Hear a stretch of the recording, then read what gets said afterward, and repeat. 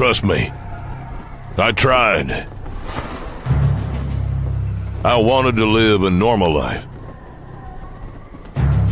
but that proved to be impossible. It just did something to me. That's why I settled in Flores Park and put myself back in the line of fire. I'm forever a soldier. Braxwell, with your addition, we formed Alpha Corps, and it reminds me so much of the old days. But it's not the old days. Sometimes it feels like I'm just a dog chasing its tail. Over the last century, the United States has become more and more fractured. Some would say they were surprised Texas wasn't the first to split. But when your allegiance is tested, decisions must be made. It becomes obvious. I served the United States, but ultimately, my allegiance was to the Lone Star. Everybody has their opinions on the accepts. The term has morphed over the last several decades, and it really depends on the slang of the locals. Much like you and I, we all have a unique story, and how we came to be special is not identical. But here, it wasn't always like that. We were a specific group, and we were leveraged. But the same can be said for any serviceman. It wasn't just territorial, it wasn't just political. It was far more complicated than that. Despite being so far removed, we're still dealing with the consequences today. New evidence emerges, more conspiracies start to circulate about what really happened. I can only speak to what I know. Even at the surface level, it didn't just change the dynamics of North America, it altered the entire world. Some call it the War for Texas, but it's most commonly known as the Great War of Separation.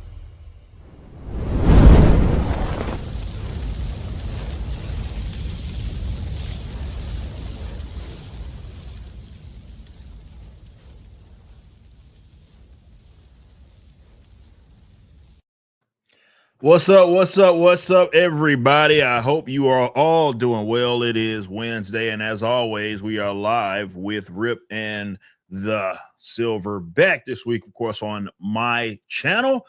Got a lot to discuss today. I had a big launch, and we'll open the show with some great talk about that. But first, of course, joined by my co-host, the Silverback himself, as what's up? Oh shit. It's all good. How you doing? Great War Separation out today. Yeah. Gyra 2 still out for Still pre-order. out. Absolutely. Anthony Mackie and Chris Evans are fucking retarded. Yeah, I saw your post this morning. Great post talking about Captain America. It's funny that, obviously someone across the pond has to kind of explicitly state like the obvious, right? And let's just say I'm British. It's obvious.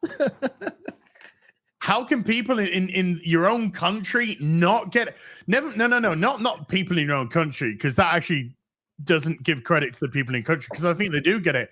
How can the people at Marvel and the people who are meant to be representing these heroes through the form of acting, or as some Gary would say, adult pretending, not understand this? Just because you personally may despise the country that you suck dry, that you feed upon, that you earn your multi-million-dollar living and have your multiple houses and your grandiose lifestyle of privilege, that you still manage to spit in the face of the country that afforded you all these wonderful luxuries. How do you not get Captain America? It is, man, just fire. Got them all. Got them all. I mean that in a company way, obviously not a physical way. right. But I'm okay if you misunderstand. But got them all. You just got all these companies. Keep Gary. Gary, you look very similar. I know. Yeah, we have the beard and skin tone's about the same as well. So continue making these characters, continue to create new IP, new people, new stories, because these ones, they're gone, they're lost, it's over, it's done. We are literally dealing with the most fucking insane, retarded, anti-American Americans who still want to suckle at the teat of the country that we've ever had the misfortune to deal with. Let them burn. I think this is actually a great segue, because we'll talk about the Great War here in a bit, but I just want to piggyback off of what you said, because this is something that I've emphasized, and some people have gotten upset because they word it as if, well, you're conceding to these people our properties, and I want to say, like, it's not ours as far as it exists right now. Now, granted, you still have all of the stuff that you've bought over the years, and stuff that you will buy in the future, back issues and all sorts of old stuff. But I think we don't do ourselves any service by acting as if delusionally, if that's a term, and assuming that this is going to go anywhere else other than what they are doing now. It's controlled by a bunch of people that don't seem to actually be fans of it. No, because not only that, that's way too weak. Not only that's true. They hate it. They hate it. Yeah. They despise what Captain America stands for. True. They despise who he is. This is why, of course, Captain America in the comics was usurped from Steve Rogers to Falcon, because it became DIE, Captain DIE. Yep. They gave, as you stress yourself, you're the one who coined this phrase, as far as I remember, they only see legitimacy in white characters. Yep.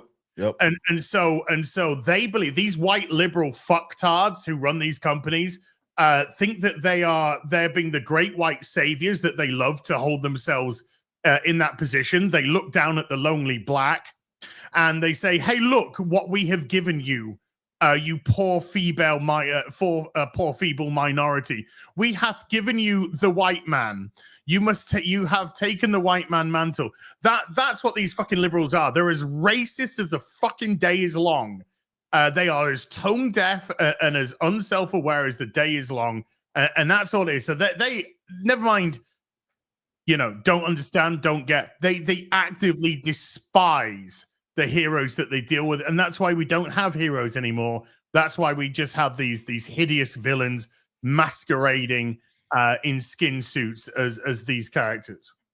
I mean, you put it perfectly. And look, it's a harsh reality. I get it. I know both of us, we talk about it. We were there one time spending, hundreds of dollars, especially, we enter adulthood, right? When you're younger, you couldn't afford to just keep But to spend enter adulthood, this is supposed to be a great time. I'm spending hundreds of dollars weekly on this stuff, and for me to realize, like, what am I doing? You know what I mean? And it took a lot. It took a lot for me to come to terms with that. Finally, that look, this is not the characters of old, and the people that are unfortunately in charge are the way their company structure is set up. It's not like, to your point, it would have to be entirely gutted, right, in order for it to be like a return to form. And that's not only unlikely, it's impossible considering their current structure. The only way that something like that would happen is if it did end up tanking, and then they sold it for pennies to the dollar, or pennies on the dollar, to someone that actually did end up giving a crap about it. And so it takes something that is very unrealistic, right, for us to get to a point to where maybe there is a point of return. So yeah, it's a harsh reality. But I do hope that it does light a fire under other people, much like it did mine, because that was part of the influence as to me really wanting to start the Rippaverse. It wasn't simply to spite either of those companies. It's realizing, like, look, man, we do need more creators. I like to think of myself as a relatively creative person. Let's give it a shot. And thankfully to the audience, all of you wonderful people, you've supported us. And it's been amazing. But I think that's going to be the way of the future. Obviously, we're not the only gig in town. There's plenty of other people doing things independently that can satisfy that itch. But as far as these companies that have been around for the dinosaurs, if you will, that are in control of some of the properties that we know and love, look, those days are done. I want to give a big shout out to our man, Gary Neurotic. Everybody, welcome from the Nooner. that's going to be piling. We're actually just getting started. Here we're talking about we're kind of opened with what's happening with legacy stuff. Yeah, but because As put out a great post as far as what Captain America represented. Big shout out to all of you. Big shout out to Gary. Big shout out to the Nooner coming in. Raiden coming in hot. Thanks to all of you. All right, I guess I'll go ahead and get to it. I haven't even had this set up yet, so give me a second, if you will. Yeah. Hold on. I didn't think, by the way, while you're doing that, I'll just quickly say, I didn't think this film could be in any more trouble than it already was. This film's on a highway to nowhere. It's gonna lose hundreds of millions. Mm-hmm. It's looking at 400 million before marketing budget. So this film's got to make an obscene amount of money to even. It's got to be $1 billion film. It has to. And that's not even going to do it. They'll consider that most likely a success because $1 billion that's a big number. Yeah, reality. Yeah, but it still likely isn't even going to get them back their money with $1 billion taken.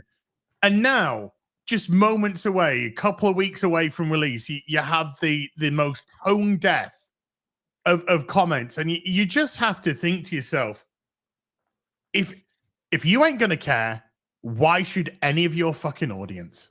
Good point. Because even people in foreign countries, myself, I'm a Brit, I'm in a foreign country. We look at heroes, we look at Batman, Superman, Spider-Man, whoever it is, Captain America, Iron Man. We look at these heroes, and they're still, regardless of the country that we live in, the creed, the social economic group that we're in, we look up to them. Mm-hmm. So to diminish them, consistently diminish them, it's just so damaging to your, not just to your reputation of these characters, because every time you do something like this, you lose more fans. You just lose them, and you'll never get them back. They're gone forever now. But more importantly, your bottom line.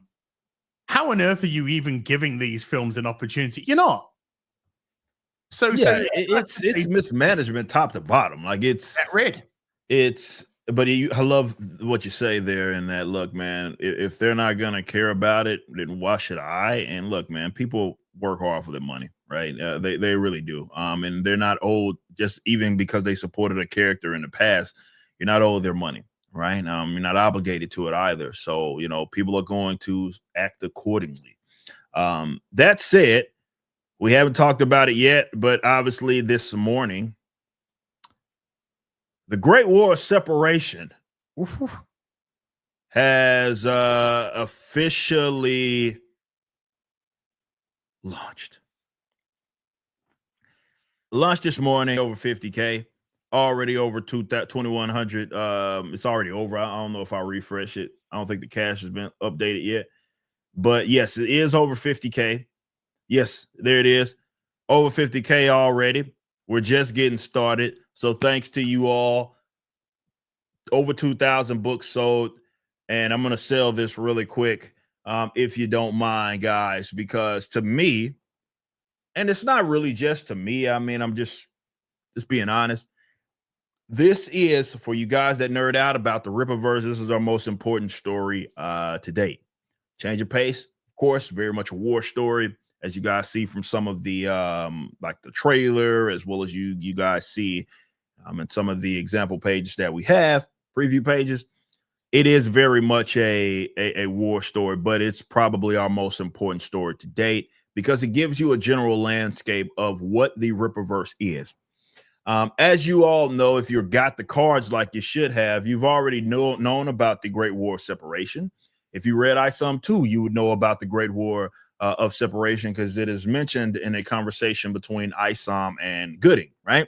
So one of the ways, and I preface it by saying this, I didn't want to be Marvel. This isn't even a knock to them. What they've done really worked for them as far as being the world outside, right? That was the whole relatability that Marvel had. DC was a little different in their approach.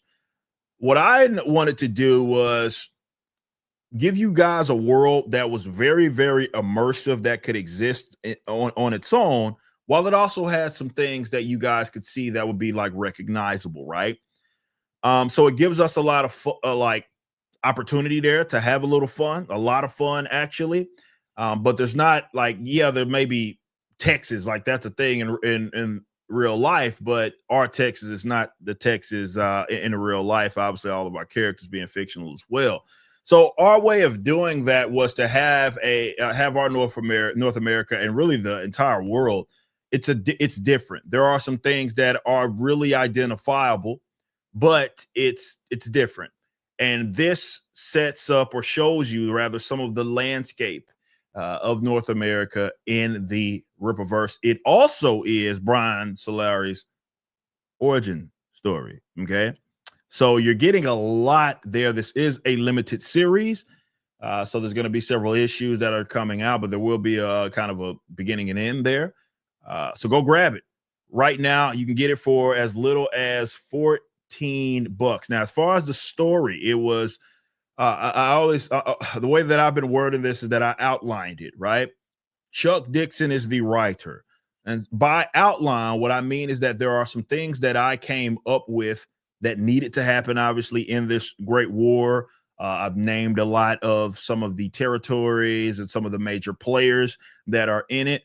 And I basically handed a lot of that to Chuck, and then we collaborated on the story that he wrote. That's his story. So it's really he wrote it, but it's a collaborative effort in a sense that you're not just seeing characters, obviously, that I created. You're seeing a lot of characters, as you guys saw with cover B, which we'll look at. The throwback cover, that's not a character that I created. That's a character that Chuck created. So you're going to see characters that I created as well as him. Again, this is the collaborative project that I had kind of alluded to for a while, where I learned a lot about this process through Chuck, especially explaining to me why why there's a better option, right? Something may not make as much sense, why there's a better option. And I picked up so many tips and tricks. We wrote this. This is, been years in the making, or a couple of years in the making. This is something that I conceptualized as the general concept of the Great War Separation, really when I first started the Rippaverse. So this is one of our slimmer collections. We move into that kind of format, slim collections, trying to get to the next one. So this will only run 30 days, and then fulfillment starts immediately. High chance that fulfillment actually starts early. So we have 3 different covers here that you guys can see.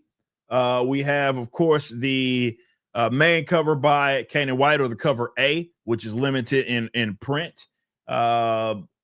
Lovely cover. What some people are calling their favorite due to the throwback. Oh, that does. No disrespect to the other artists, because I do love Kanan's first cover as well. But my God, this cover is fucking boom, sick, stratosphere. As soon as I saw that, I was like, oh my God, that is fucking unbelievable. I love the throwback ones anyway. I know a lot of us do. A lot of us love these throwback ones, but this one itself is just like bueno. Yeah. That's good. Gonna be a big one, dude. This cover is gonna be it's gonna be a Rippaverse legendary cover. I swear to God, it is. And who better to do it than salvage artist himself, Bart Sears. He's been around forever. He is amazing. Shot him the idea for this cover, and he was like, "I'm on it. I got you." I want to give a big shout out to our man Marco Martins. He is our one of our main colorists. He's a colorist on he colored a lot of these other covers as well, and he is the colorist for the upcoming Zaylan.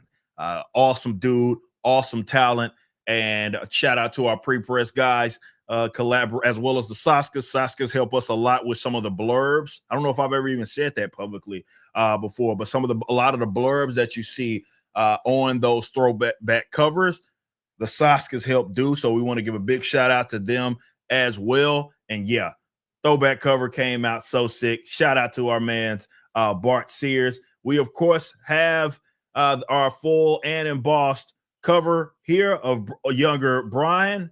Love this. Our man's Joe Bennett. You know Joe Bennett very, very well. Horseman artist, Alpha Core artist, Zaylan artist, Rippaverse workhorse.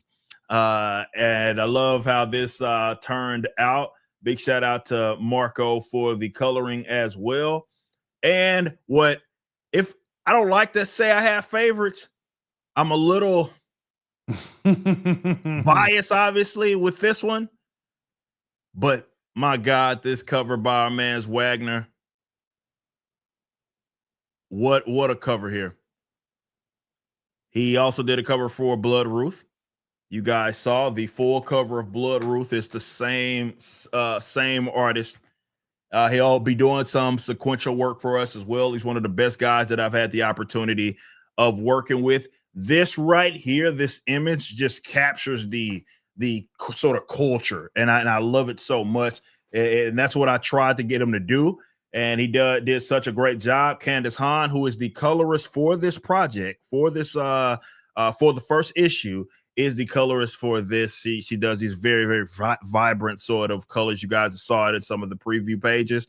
So big shout out to her. You'd be surprised, man. The colorist can make or break a cover in a lot of cases, man. And I got some of the best guys and gals and Candace in the building. Or in the business, that is. So that is going to be cover D right there. Big shout out to our man's Marcos. Everybody that's involved, all the colors, Candace, Marco, got Marcos and Marco. Big shout out to them, and big shout out to all of y'all that have already got it. So there's some other stuff that you can get, including the artist himself, which is he's one of the best in the business. If you guys are familiar with some of the major publishers, he's been there, he's done that.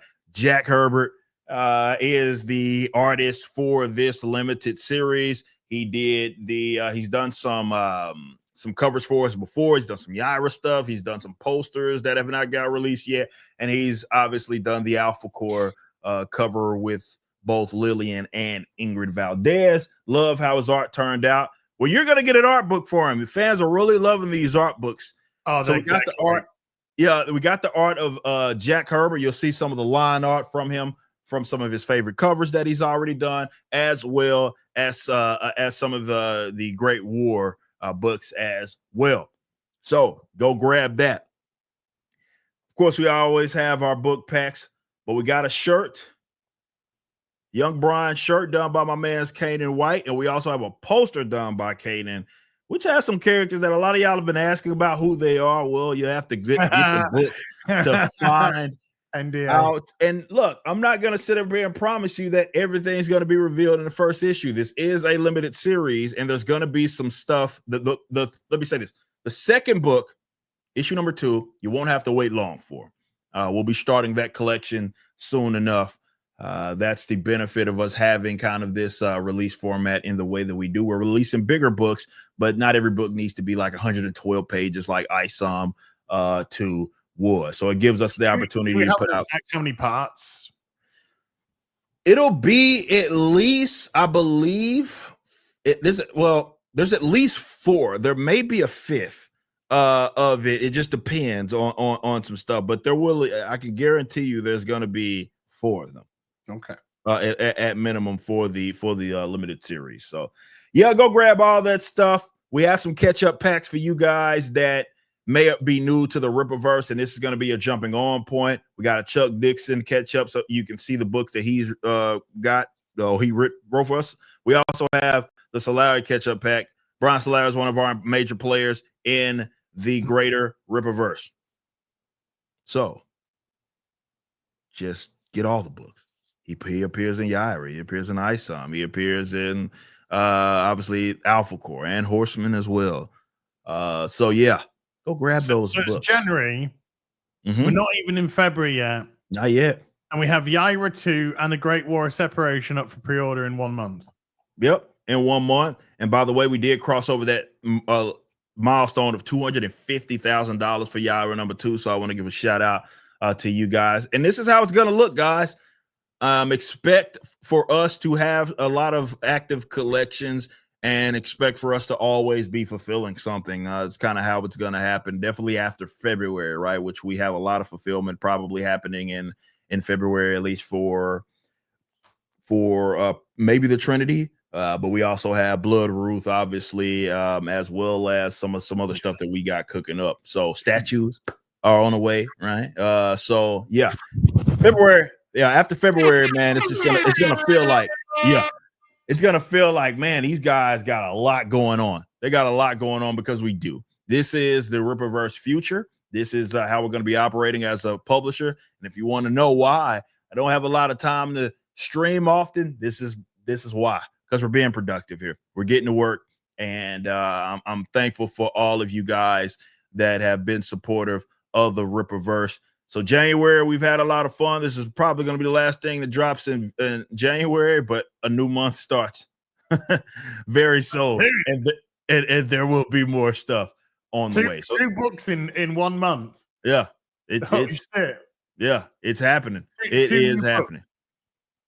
Two It's new happening. books. The new. Yeah, these are new. Yeah, These brand aren't new. prints. These aren't. These are brand new books. 1 month, January. 1 month. Mm-hmm. Oh my god!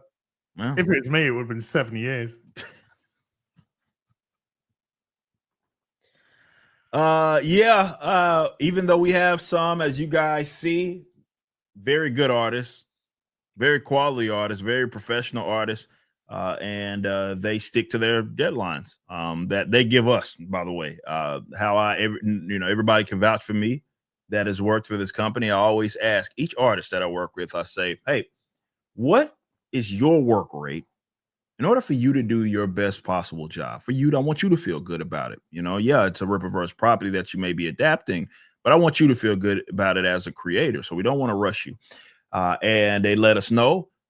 Thankfully, I've had the blessing of working with a lot of professionals that they take their job serious. It's not a luxury, right? Especially because they know that, look, we're a company that operate, like, in order for us to operate, we have to be putting things out. We get to this point where stuff, now granted, we're different in the fact that, not different, like most publishers do this, right? They're going to put something up for pre-order that's either almost all the way done or it's all the way done, right? That's our approach as well. But you know what I mean? Money's exchanging hands all the time. You have enthusiastic customers, so professionals that take the job very seriously. They want to make sure that they get the stuff done, and they're really good. Joe's really good. Jack's really good. Caden's really good. These are really good artists. Will Conrad is one of the best in the business. Anybody will tell you that. And there you go. And by the way, those books have started delivering. If they have not already, maybe you got it part of some of the art of Will Conrad. If you haven't got the art, Will Conrad's art book, it's insane, is it not? Is it not? It is, honest to God, chat. I'm not even for this. This is legit. When I actually contacted Eric, like behind the scenes, I was like, Eric, this book is fucking insane. Yeah. This art book is absolutely insane. So if you have not picked up the art book for Will Conrad, I implore you to do so. You will be blown away about that Alpha Core fucking pencils. They are ridiculous. Yeah, he legit ridiculous. Yeah. You see some of what he's done. He's adapted all of you guys' favorite covers. Obviously, he did to that point the Alpha Core, that lovely Alpha Core poster, which is absolutely insane. But yeah, it's you get to see the actual line art and you see the details of it. These are not any slouches, man. These guys are very, very talented. Will Conrad, he does his own inks as well, so he is extremely talented. And you see just how much quality it is. And those guys, and the reason I'm bringing that up is to say that despite all of that, they make their deadlines and they're very, very professional. So we got to give a big shout out to our artists. Big shout out to Jack Herbert, which you'll be getting a art of there. So yeah, go grab that. We appreciate you guys' support so much. I do want to kind of, I guess, piggyback on some of that stuff. And look, it is a big topic. We're going to get into a lot of gaming stuff, but it's a big topic right now because this movie is about to drop, and we talked about it early in the whole Captain America stuff.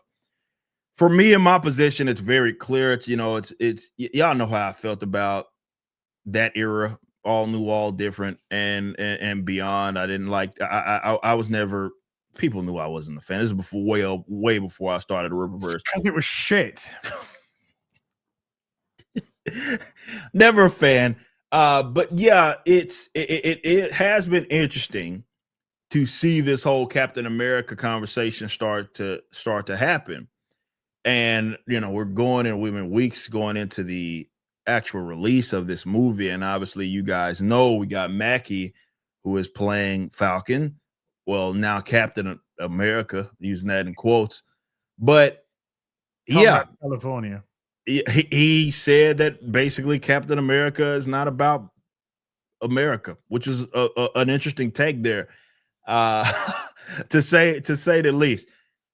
But now while we got everybody here, I know you made an excellent post on this, as if you want to go into some more detail about just your perspective on that whole spiel, and you are a Brit. You're a Brit. Yeah, I'll bring up the post for context for the audience. But I did a couple. I did a couple of silly ones. When I say silly ones, I mean literally the perspective that I see is, you have 2011, you have Captain America: First Avenger. 2014, you have Captain America: The Winter Soldier. 2016, Civil War. Captain America: Civil War. 2025, Comrade California. Comrade California. I hates America, which is just the kind of perspective. So there was a couple of big ones. Mm-hmm. First of all, when Anthony Mackie said his thing, when he went into his absolutely stupid take, which was I don't think Captain America stands for a lot of values. Mm-hmm. I don't think America should be included in that. That's crazy. Captain America. America is not. Is that not implied? Well, guess what? The values are attached to the name, which is America. Okay. So I initially just put look, dude, no one cares about the movie already. You don't need to try harder. Captain Commie would be a more apt take. But then somebody says, and I'm going to say that they said this. They said, "As I love you," but what he said is exactly who and what Captain America represents, which is kind of correct. No, what he says is what Captain America represents. Yes, he then said before what he said there was America is not one of them. So Captain America represents the values of America. That's the fucking thing. Saying that America shouldn't be attached to those values dismisses not only America and her values, but those of Captain America.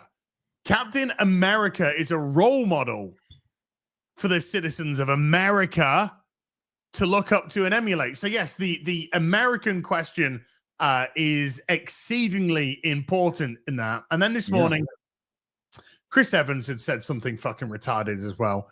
So I came up with, you bring it up. So I came up with this one. And this literally took me just seconds to think about, because this is how Captain America is represented. He's a patriot. Captain America is a great believer in the Constitution. Captain America is a great believer in the American dream. These have been highlighted in the comics themselves. So Captain America is a patriot, and a patriot is somebody who loves their country, right? Anthony Mackie said, was it Chris Evans? We'll get on to what Chris Evans says, but he just says, he just kind of wears red, white, and blue. No, he didn't just fucking wake up one day. I love those colors, man. Scheme I just like to wear. I just kind of like the colors red, white, and blue. So I'm going to go with that. Because Chris Evans Chris, just come out the fucking closet, right? So we can just call you fucking gay to your face. For fuck's sake, because this is the stupidest fucking thing that you can say. Another dumb adult pretender with no fucking idea about the characters that they represent, the ideals that they represent. Captain America literally died for his country in the comics. Yeah. He died for his country. He was there since World War II, fighting for his country, fighting for the people of America, fighting for their freedoms, fighting for the American dream. Fighting for people to have their own opinions, whether or not people agree with them or disagree with them, and that's been highlighted in the comics as well. Right. Very implicitly, he's gone into different conversations, different talks about governments come and go, people come and go, but it's the right of every American through the Constitution to feel and have the opinions that they want, and that's what he fights for. So Captain America is the embodiment of fighting for the American people. And I'm a fucking Brit. And it's just so blatantly fucking obvious. Right. So yes, he represents all that's noble, honorable, and he proudly wears the red, white, and blue because that is the color of the fucking flag. of America.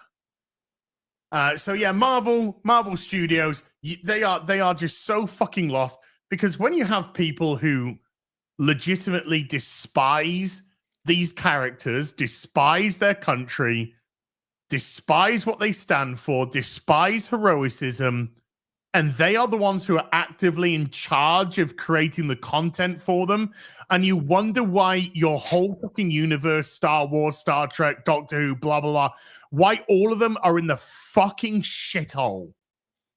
Because none of you understand who you are writing anymore. None of you have morals. None of you have fucking dignity. None of you have a spine or courage. You're all absolute cowards that curtail to the most vile people in society. Facts. You are the people who uphold people who want to fiddle with fucking children, write books about fiddling with fucking children. You are the people who want men to go into women's spaces and women's sports and women's entertainment now with the Oscars and take what is rightfully theirs and put their safe spaces, which they're entitled to have, their private spaces, in jeopardy. Right. You champion these people. And I'm quite happy to say that the things that I'm saying, which are not even remotely controversial, are now considered controversial by these people, because you are covering your own asses so much, you are gaslighting so much, that when you try to make the non-controversial controversial, guess who the fucking bad guy is? When you try to stop free speech, when you try to stop debate, when you try to jail people for what they have to say about your disgusting fucking way, who's the bad guy? Well, guess what? It's the bad guy that's writing all of these pieces of entertainment now, comics, TV, film, whatever else it may be. It's villains, it's evil people that are allowing men to infiltrate women's sports and diminish them. I don't know any more of the pure definition of misogyny than men coming into women's spaces and taking what women fucking deserve, either be in the sports field, in the entertainment field, or just in their private places like toilets and changing rooms. I don't know anymore what the definition of misogyny can be. Straightforward to me. That. And you claim to be the good guys. Well, if you're the good guys, then my God, I am quite happy to be opposed to that. I'm quite happy to be your bad fucking guy. And this is exactly what this is. Anthony Mackie, maybe he's not a guy that said anything particularly dumb. I quite like him as an actor. But the very fact that this rolls so easily off his tongue shows how tone deaf and exactly the level of bubble that these people are locked into right now. Right. The fact that he had to do damage control the next day just shows the PR machine in action. It doesn't show how he legitimately feels. The fact that Chris Evans comes out and says the dumbest fucking take imaginable. These are the people in charge of your heroes. Well, this is why they're not doing so good. Here's my thing about this. You know, when I saw the comments and it was like, man, there was a million better ways to try to express that sentiment. But you see how he has to, like many of the people that are in his sphere, they have to talk around like being pro their country, right?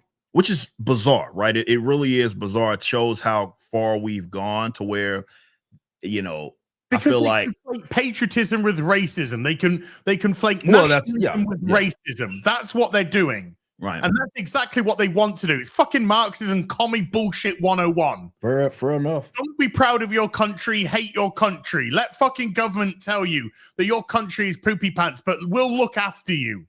Right. Vote for us, we'll look after you. We'll destroy your fucking infrastructures. We'll fucking tax you through the wazoo.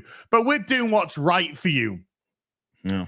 Everybody, every fucking lazy handout piece of fucking shit out there, they're the ones that are fucking okay with all this kind of stuff. Meanwhile, the hardworking fucking man and woman, The fucking blue collar, white collar, fucking hardworking person that's paying all these fucking taxes for all of these fucking lazy ass bitches with their hands out.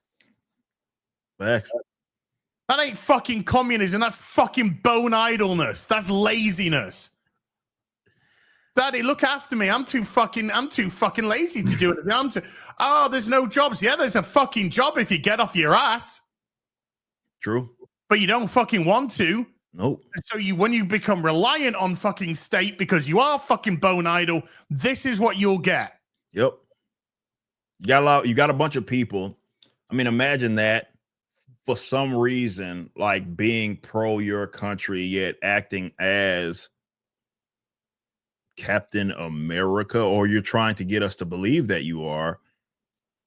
You can't just come out and be like, yeah, you're pro this country. And look, we know that he had a follow-up post in Anthony Mackie, right? Because that was my argument that was my position when I first saw that he had said what he said. I was like, the better way to word that would have easily been, yeah, there are a set of values, right? That obviously is I guess represents sort of Americanism. Okay. And while, yeah, it's about America, there may be other people that appreciate those values, like my man's ass who's across the way. And there's nothing wrong with that. That's the easiest way, but he didn't word it that way. He was like basically taking the America out of Captain America. And then he followed up and he said he was pro-country and all of that. I don't know if that I don't want to call it an apology. It's more of he's just trying to, I guess, clarify what he said. I don't think it really addresses the problems that people have with what he said.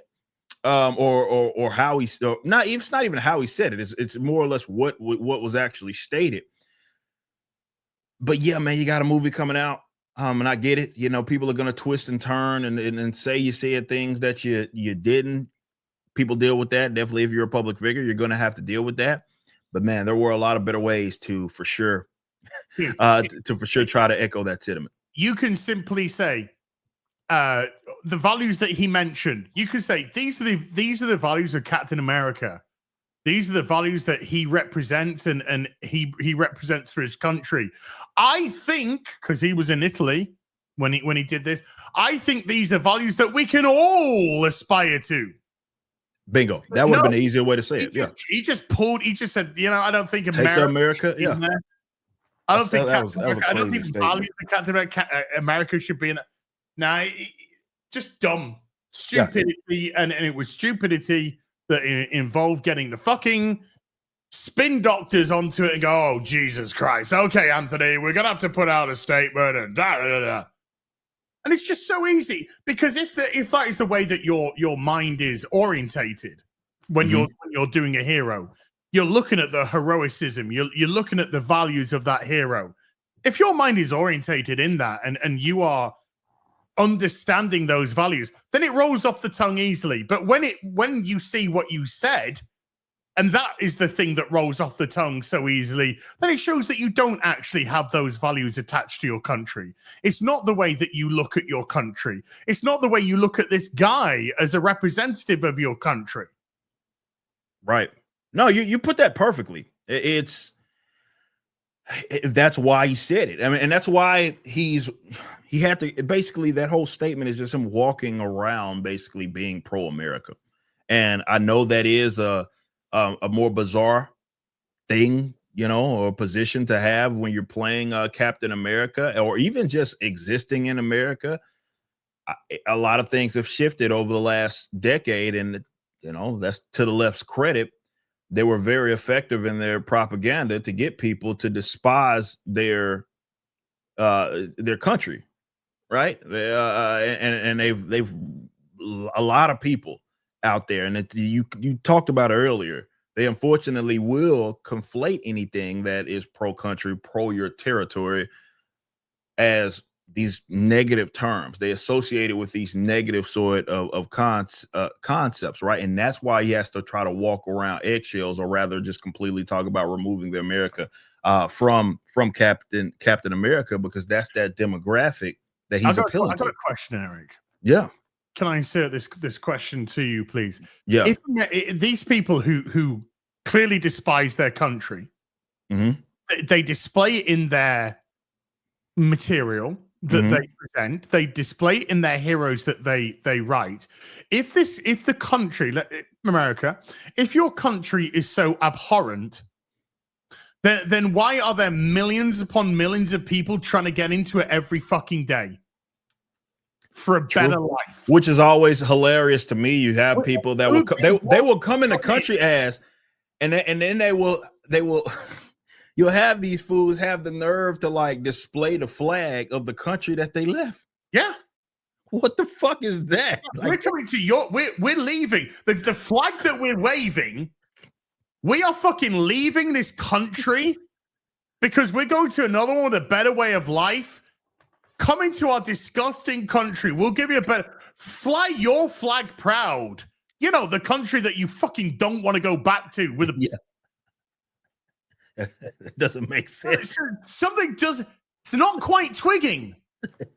If it's so abhorrent, if it's so bad, if it's so broken, then why are you wanting to leave and go to this one? Why are you flying the flag of the country that you hate? Because you're leaving it. Yeah, you don't want to be there. Clearly, anymore. You want the American dream. You want the fucking opportunity.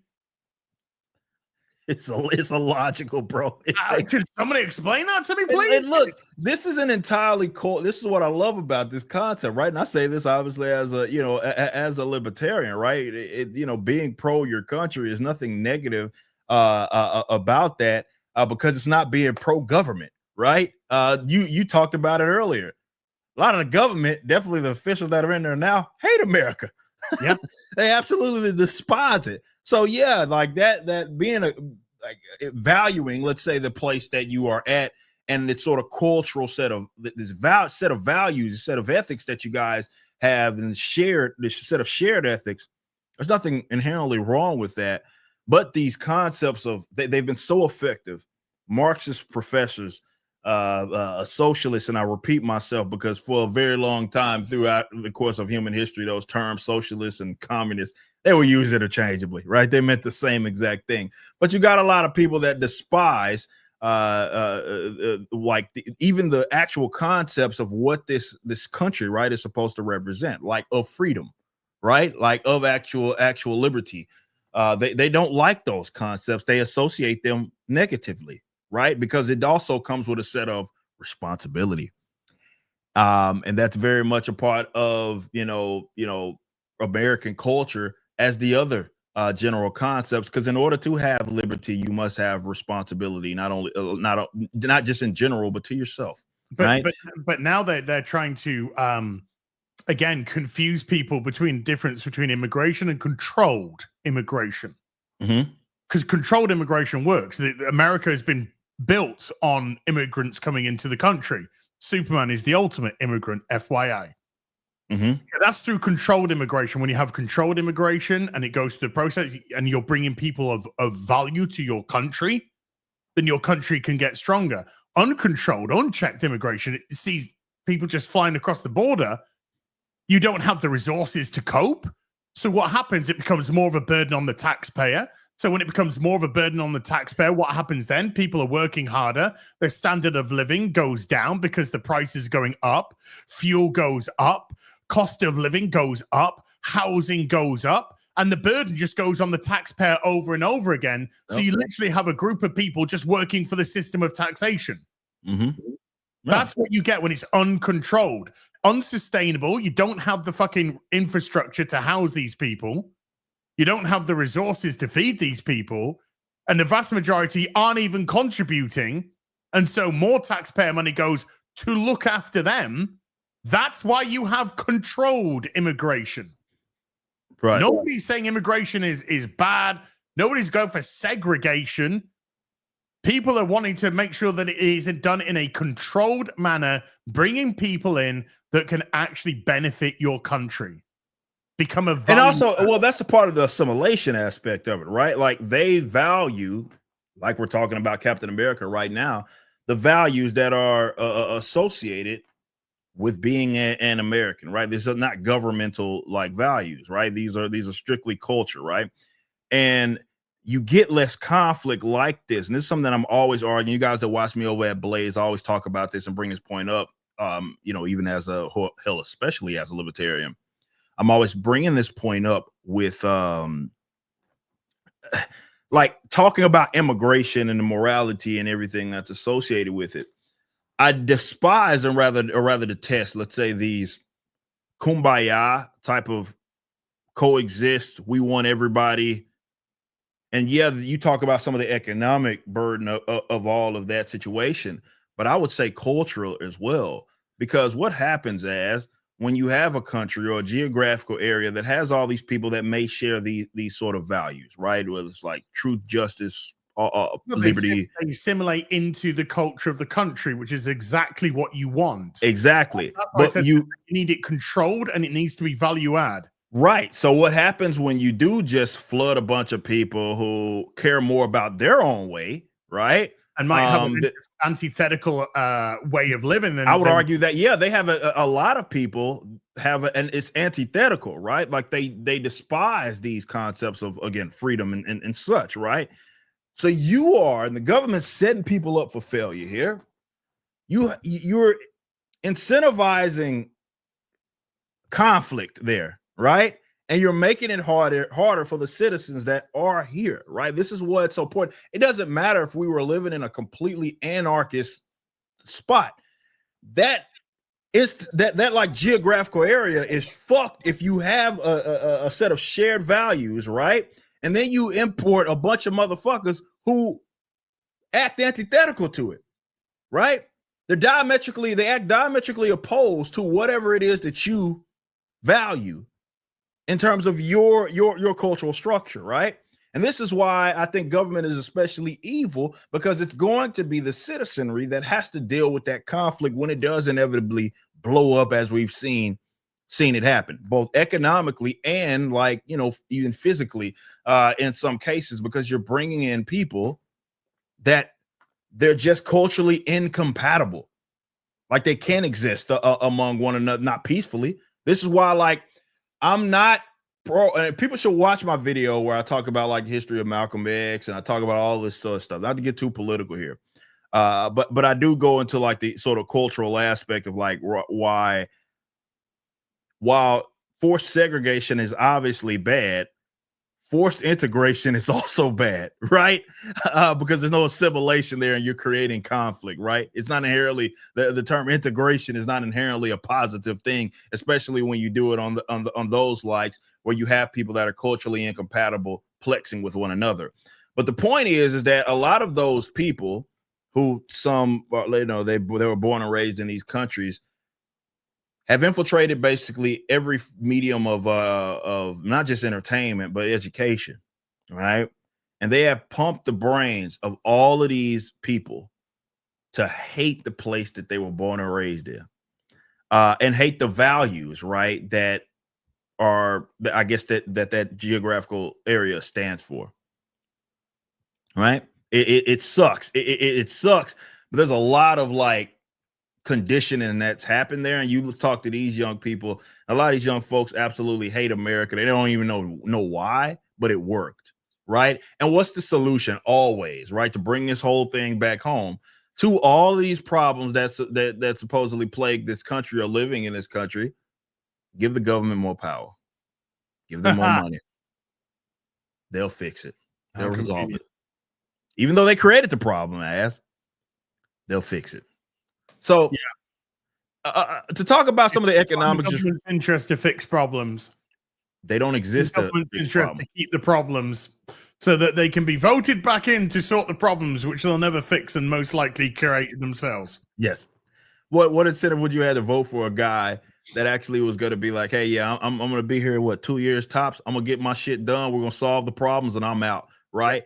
Yeah. That there's no political incentive there. They want to make sure the problem exists, even if they have to completely manufacture the problem, because they get to sell the solution, right? And that problem being perpetual is necessary. It's required for them to continue to exist, and they know that. Those little fucking weasels are smart enough to understand that. But get into the economics of this fucking movie, right? That's about to drop. Which, look, it has a long way to go. It's got two hopes. Yeah. Bob Hope and No Hope.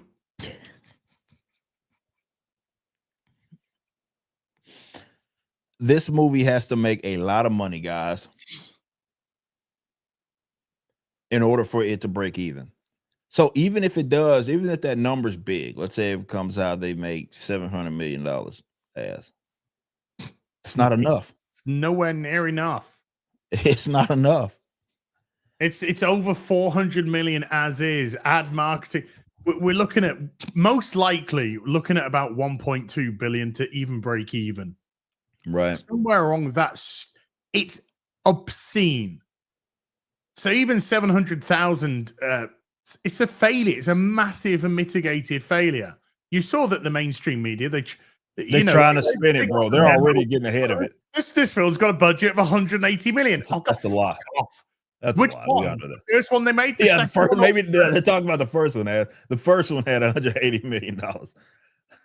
And then the second one also had $180 million. And they reshot it again for the third time. And then that's all under, not combined 180, but I'm not even sure legitimately that Anthony Mackie knows which version of the film is being shown, what edit the film's being shown. I agree with Gary, who said yesterday this film's most likely still in editing right now. I 100% agree. It's not hyperbolic.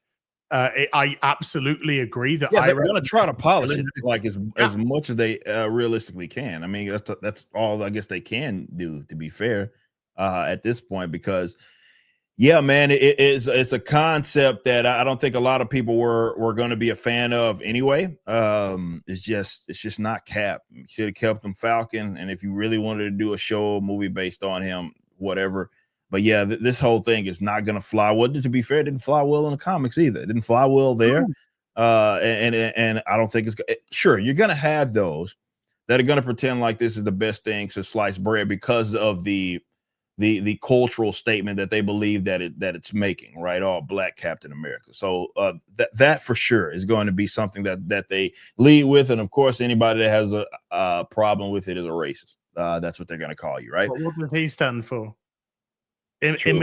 Fucking open borders, free healthcare, aka paid by the fucking taxpayer. And the mutilation of children. Is that his mantra now?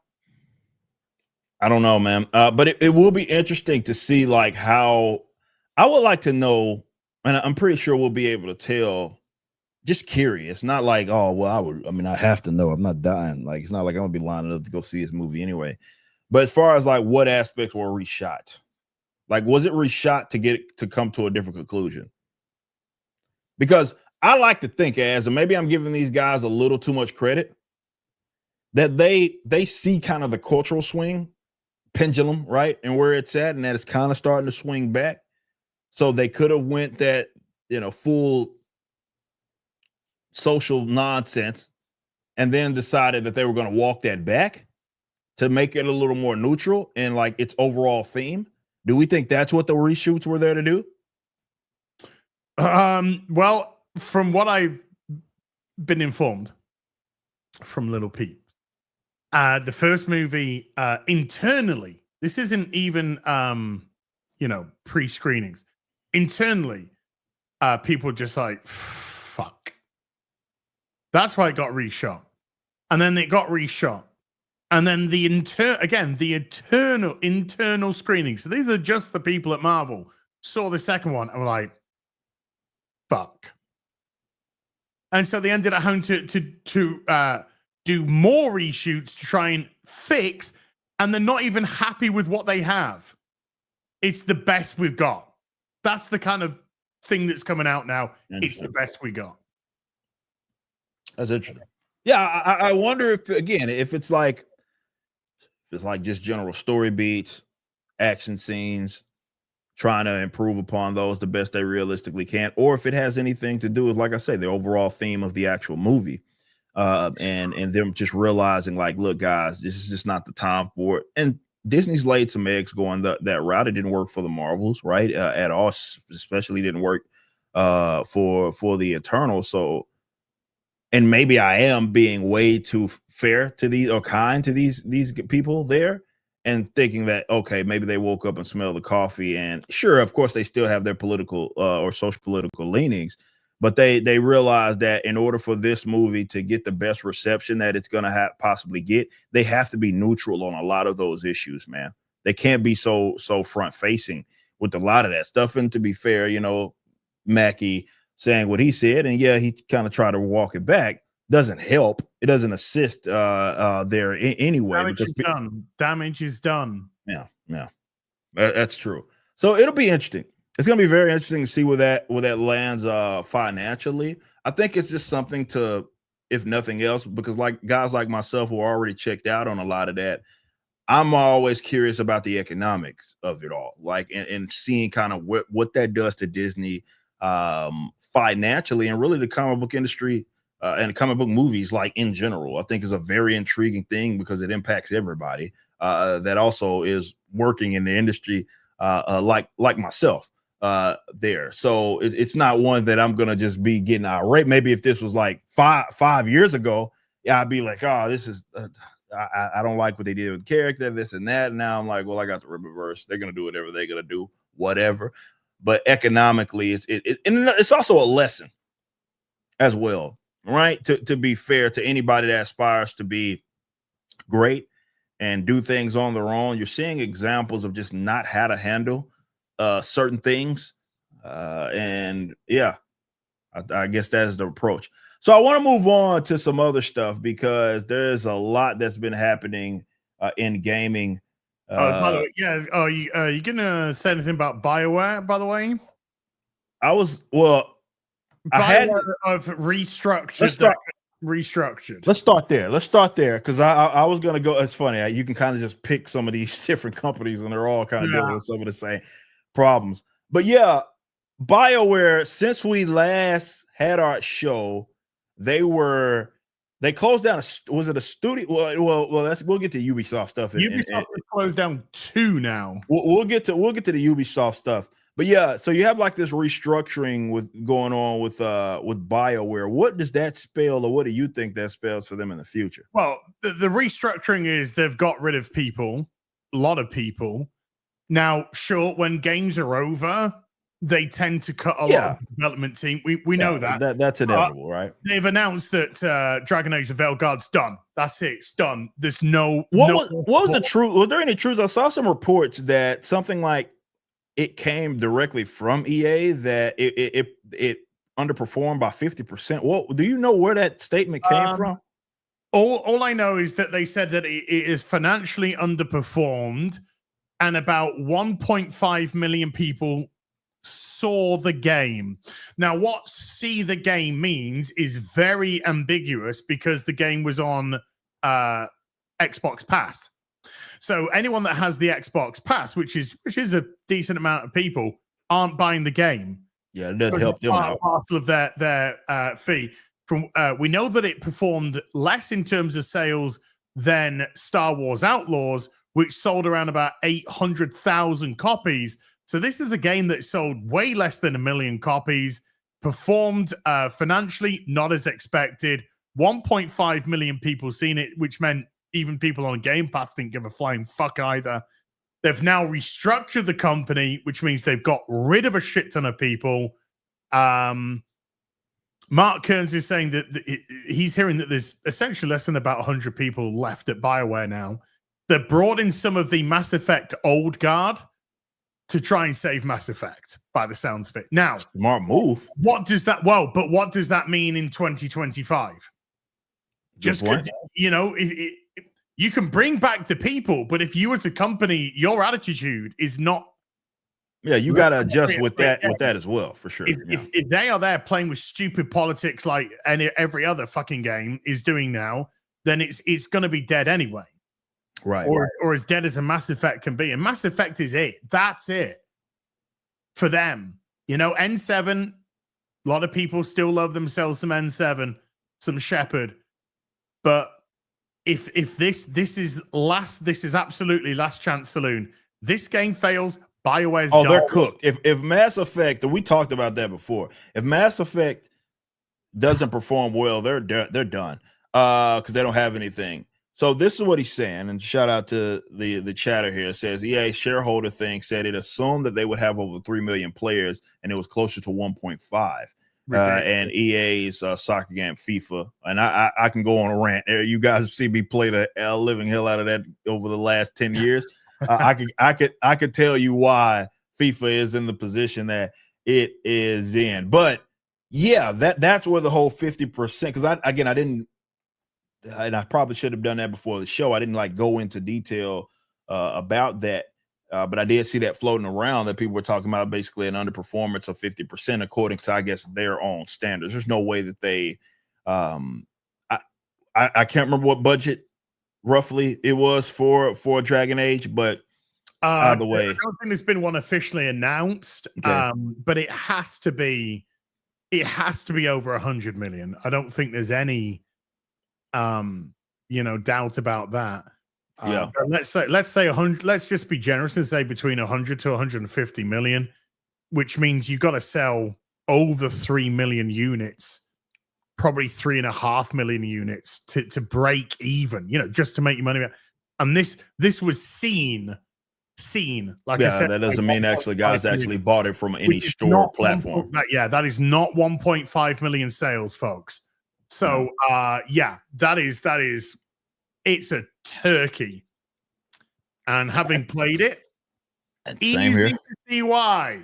Yep, for sure. They didn't help themselves at all, and it is interesting. So yeah, I guess we could go right into this. I want to get to Ubisoft stuff before, but because this kind of also speaks to the conversation that we were just having about Blizzard. And one of their technical artists saying something that was just absolutely outrageous. And they have gone dark, I believe, on social media.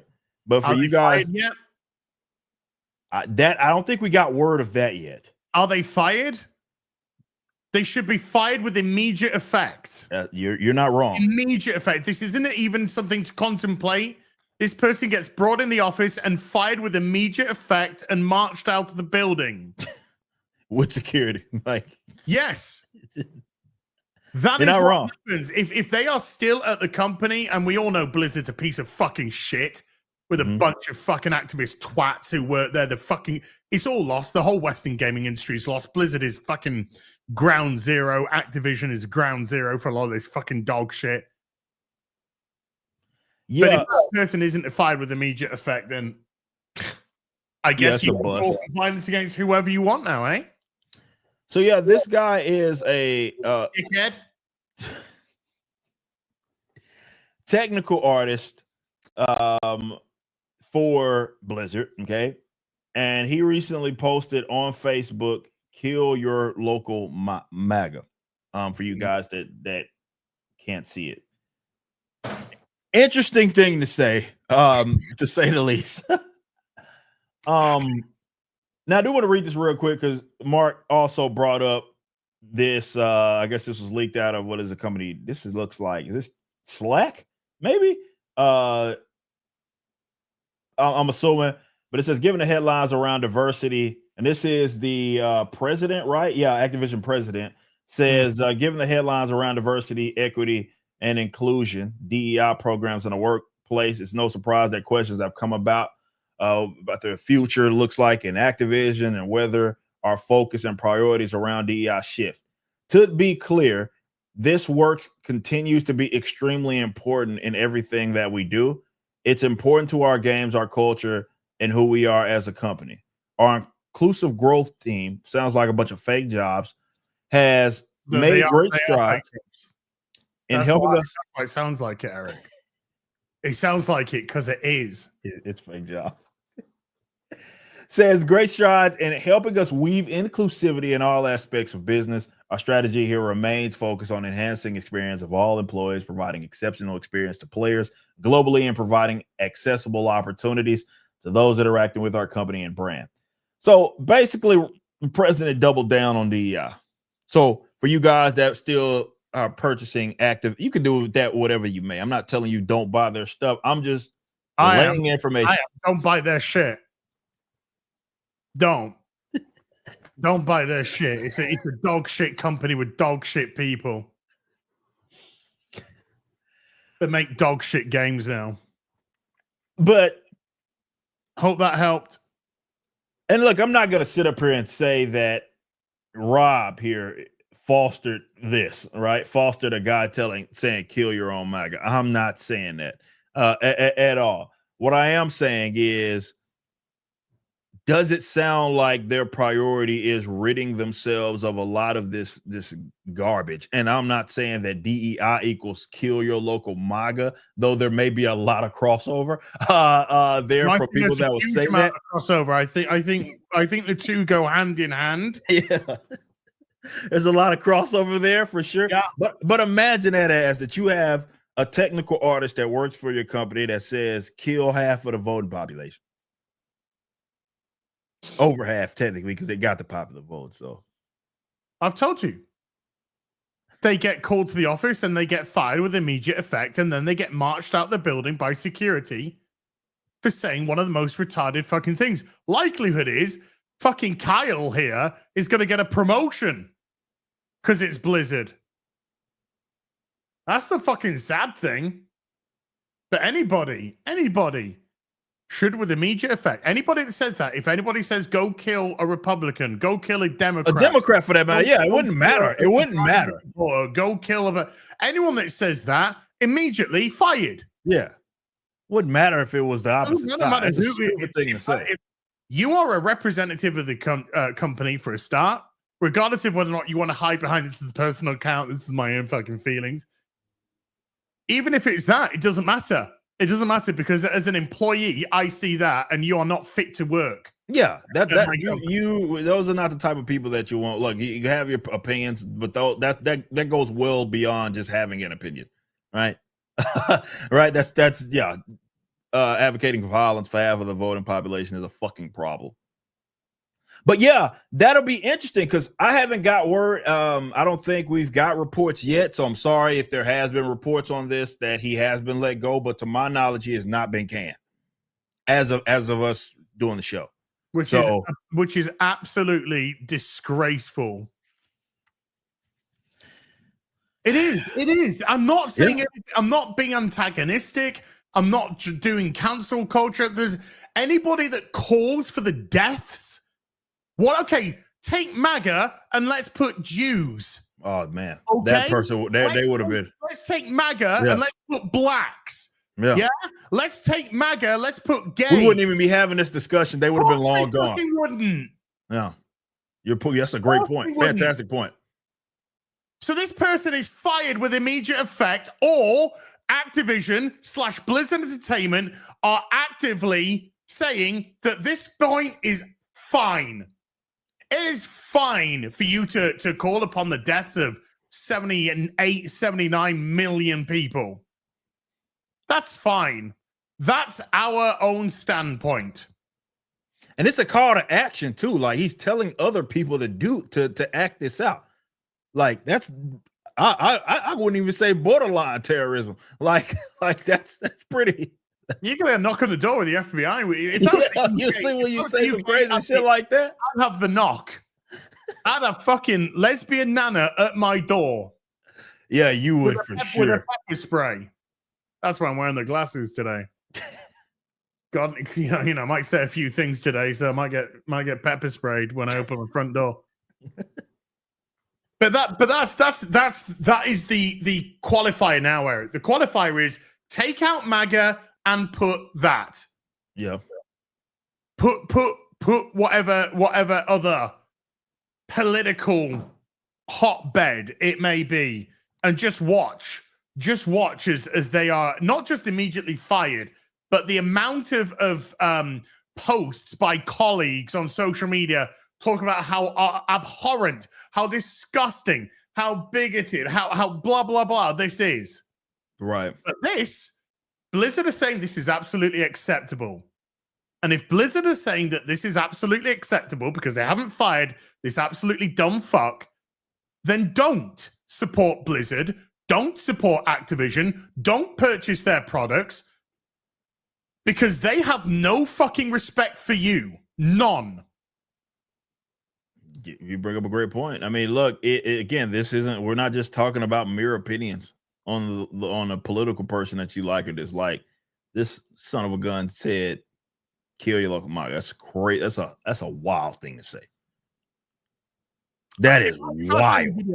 If I was selling a video game, I don't care. I wouldn't care how you voted. That's your business. It should be irrelevant. Yeah. I don't care what you do in the bedroom. It's your business as long as it's safe and consensual and legal. Then that's fine. What I care about or should care about is whether or not you're enjoying my game. Right. That's my priority.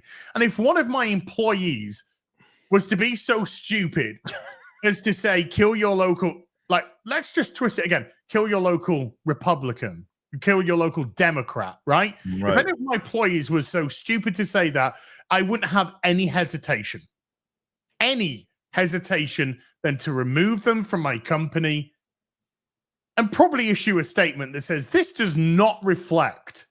Yeah, we've taken action. We've dealt with the problem. We've taken action. We're moving on. This guy got his ass canned. Yeah, this is not reflect the company. We don't care where you vote and where you come from. What we care about is that we're producing a product that you enjoy. Mm-hmm.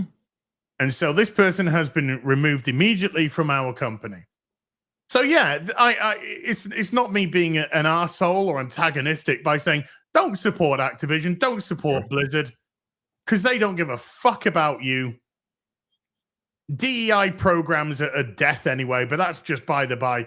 But they clearly there's 78, 79 million of you that they would have. They are saying we'd be quite happy for you to be dead because you are clearly condoning that by not getting rid of the guy. So it's a wild, again, like I said, it's not just a regular statement. I think it's fair that look, this warrants addressing, because it's not just, hey, I liked, if you are one of those interesting people that preferred Kamala, right, over Trump, right, whatever, that's a position. This is advocating for aggression. It's also their business. Yeah. Right. Not my business. I absolutely despise the fact that everything is now quantified by which fucking party you voted for. Yeah, I hate. Yeah, that's just corny, man. Okay, well, I won't demonetize you.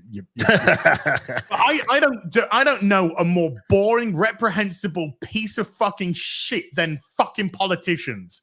Yeah. Really don't. That's a good point. They're the scum of the earth. Fucking self-serving, glad-handing, corrupt pieces of dog shit, other than probably Hollywood, than politicians. Yeah. I don't give a fuck, and I don't give a shit about how you want to quantify. Oh, yeah, and when you going to look at you, you're fucking MAGA, you're a Trump supporter. I live in the fucking UK, you dickhead. I get fucking that all the time. It's like that guy from last week. He said we both were. He said we were both Republicans. Look at these fucking Republicans. This is why your channel's dead, you fucking retard. You got a picture about as fucking hot as a lukewarm fucking pond. Fucking idiot. So when somebody quantifies about, I bet you voted for, shut the fuck up, you wanker. I don't care. Vote for fucking Kamala. Vote for fucking Trump. Vote for fucking General Pinochet. For all I give a fucking shit, it's your business. That Pinochet, the communists would have been at least dealt with him. They would have been very high in the air. But maybe can we please go back to judging people based on the content of their goddamn character? Yeah, like that would be awesome. But yeah, it should be the most boring thing about you. But doesn't allow that. I think this is what this represents, though, right? It represents why I fucking hate politics, right? Yeah. Because it makes these people fucking crazy. Insanity. It's fucking insanity. All the fucking flags and bios, all the fucking pronouns, all the fucking, I'm part of this. I want to be treated as an individual. By the way, here's everything that every group that I belong to. Fucking dumb as fuck. Yeah. How about get off the fucking internet, maybe read a book, go outside, have some fresh air, speak to a human being, engage in some discourse, get a hobby, fucking paint a house, do something about get out. Chickens, do something. Yeah, fucking raise chickens. Yeah, fucking buy a hamster. Do something.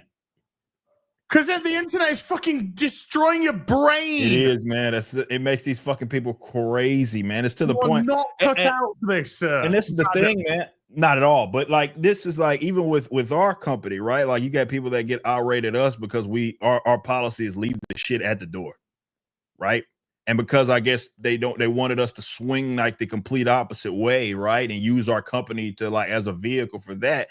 And they got mad at us. And I'm like, politics has made you guys just so fucking crazy, man, that you will turn your fucking weapons on people that would it'd be like your allies for the most part. This is how crazy it makes these people. They're making a mistake, Eric. Yeah. They're showing you who they are. They're showing their colors to you, right? That post that you put out yesterday, the way that I saw that post was a signal to people who want work. That's what I saw it as. Yeah. If you want work, if you're an artist and you want work, and you're sick and tired of this fucking politics shit, you just want to draw. You just want to draw, or you just want to ink, or you just want a letter. Well, guess what? Give us a holler and show us your fucking resume, and we'll see if we think you can fit in here. But when a company says, "Oh, we don't want to work for you because you're too controversial," no, you're the fucking controversy. Because you're literally saying we have a specific ideology here, and therefore, because of our specific ideology, we are unable to work with your. You're giving yourself away, you fucking tards. And I know you said, oh, we spoke to them, and no bad, and all that lot. I would have said, God, that you're a fucking pisshead. You're a fucking retard. Your company's a fucking retard. You would turn away money because you're such a fucking coward. You are such a fucking spineless yellow bitch that you would fucking get on your knees and quiver to fucking DC or Marvel because of their fucking ideology than to give people fucking work. You, sir, are a waste of fucking time. And this is why your industry is in the fucking shitter, and a company like mine has come in and cleaned fucking house. Do you know how fucking idiotic you actually are? But they do. They do. And they go home and they eat their fucking cat litter and they fucking go to their fucking bottle of antidepressants and they fucking chug those down. And then they take their 58,000 medications, which they're on, because that's what they've been told that they need to have, because they turned up to the doctor one day and the doctor said, you got a snivel, eh? Well, guess what? I think you've got this. Welcome to a lifetime of medication, you fucking retard. That's what we got. Yeah. Are we fucking or what? No? Right. Fuck off then.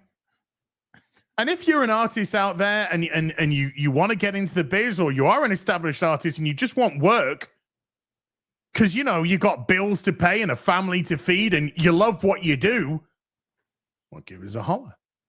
Hit us up, man. Show us your resume. Dion said, I ain't hard to find. That's what he said, when you talk about these recruits. But yeah, that was an interesting situation, man. But again, I think it does go to show, and it speaks to the same point we were just making, in that this the political stuff, the ideological stuff has just made people crazy. It just made people just do some really, really interesting things. And again, they're crippling themselves, they're kneecapping themselves, right? Which is what politics has you guys like that, or social views have you guys like that, to where you're willing to just go crazy, kneecap yourself. What's the strongest word in the English language? Step. No. Facts. That's the strongest word in the English language. You need to do this. No. If you want to work, no. I'm at no. You will refer to it, no. It's the strongest word in the English language, and the hardest for some of these cowards to say. Because they'd rather quiver and shake under the banner of whatever company than actually have a fucking spine. And the people who are saying no, and the people who are sick of this bullshit, and listen, again, there is zero controversial things that we're actually saying here. None. Nor have we been saying for the past goodness knows how many years either. Zilch. No. But when they want to stop you from saying that, when they want to tarnish you, you know, the old adage of accuse your enemy of what you're doing yourself sort of business. Right. It's yeah, people leave money on the table, people that are just so crazy. And you know, I do believe that the reason why we've been able to excel here, you know, as our, you know, the company talking about the Riververse here, is because, you know, nobody that works here is kind of, you know, strapped down by that idea a lot. It's almost like liberating, is it not? And I've had people tell me that work for me, like the Joes. I'm not like outing them when I bring this stuff up, but you know, it's fun. It's fun to be here. We're not having to worry about, oh, I might say something like or disagree with something that'll mean that I won't ever get work again in the mainstream. And like they just don't care. It's like, well, you know, I'm here, I'm getting paid here handsomely, and they love the work that they do here. And I think we get the best out of artists under those conditions. Anyway, like, because can you imagine that? I mean, being a creative person and having to operate like that, where you have to always have in the back of your mind, basically it's a Mexican standoff, right? Between everybody, people are waiting to cancel each other, right? People are waiting to turn their weapons on people that are called their allies. They have to pledge allegiance. Like they literally ended up having to do that, right? We remember the whole sexual harassment crap that was going around, literally having to pledge allegiance here, that they wouldn't do something, which imagine being that fucked up to where like, what do you mean I got a pledge that I'm not a sexually, like what? I'm just not I'm not into that shit. Like what the fuck? Like why would I have to do that? But this is how crazy things have got. And it is almost akin as to what we've seen. And though I think people are over that, but for a while there, you saw the whole trans issue and it destroying these female sports. And you had people, rather than be called transphobe, they would let the sanctity of their sport get ruined. I don't care what you call me. Right. I don't care. You know, I've been called racist, sexist, homophobe, bigot, whatever. I've been called it so many times. I don't fucking care. It's water off a duck's back. In actual fact, when I get called something like that now, I feel like I'm doing something right. Badge on almost. You know, they've fucking ruined these words to the point that they're meaningless. Yeah. Yeah. But they continue to have that power, I think. They have no idea what a sexist is. They have no idea what a fucking homophobe is, or a phobe in general is. They have no idea what a fucking racist is. None of these people actually understand the fucking words that they're saying. True. So why do I give a fuck? Why do I give a fuck about what some fucking furry with fucking 68 flags in their fucking bios, pronouns out the wazoo, fucking watermelon, Palestine flag, blah blah blah, all that fucking. Why blockbuster flags? What you have to say? Yeah, you are probably one of the people on planet Earth I care the least about. Yeah. You're probably going to say the most fucking retarded thing ever. You're just going to go immediately and run to the current fucking event and pledge your allegiance to it.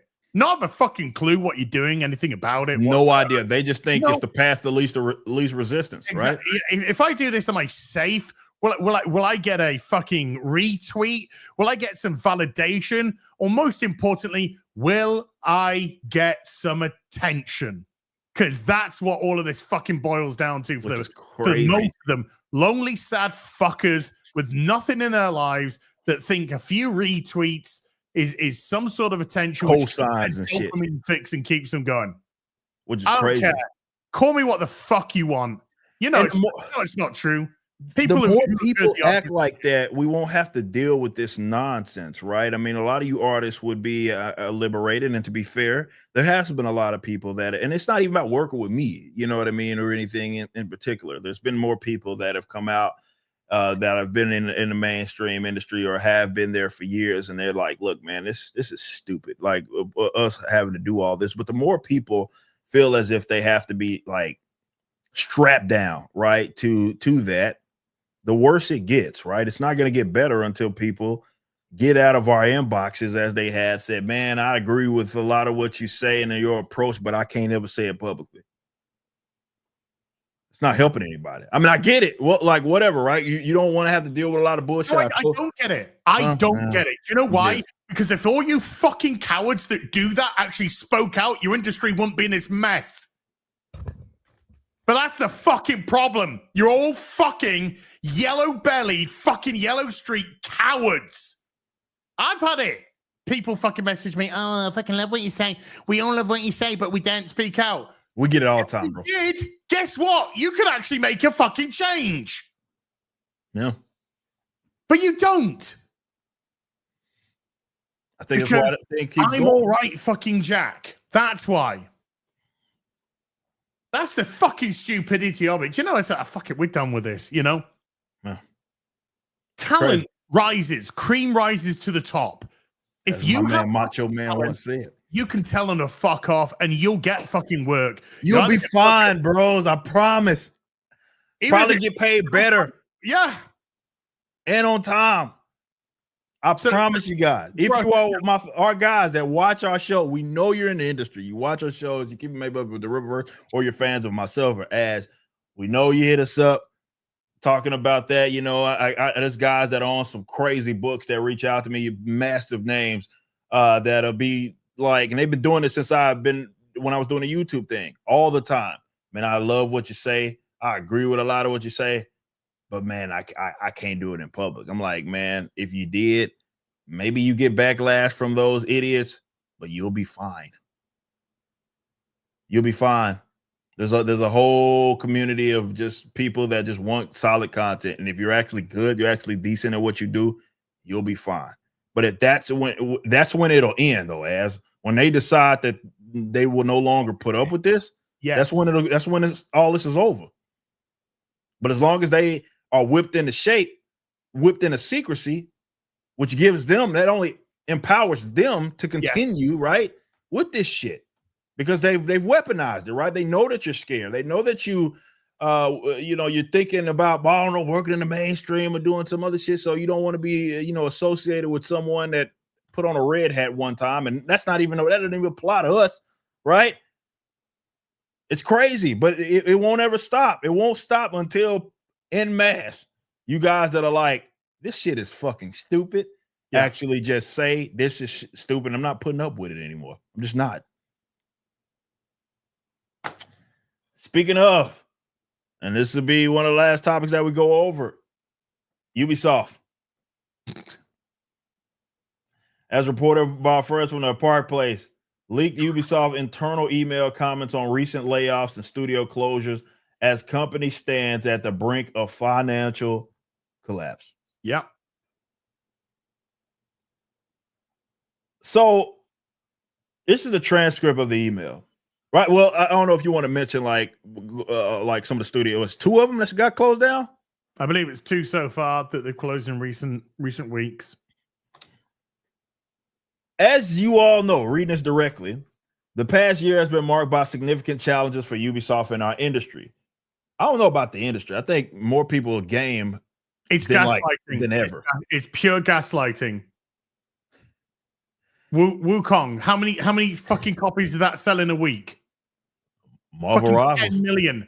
10 million.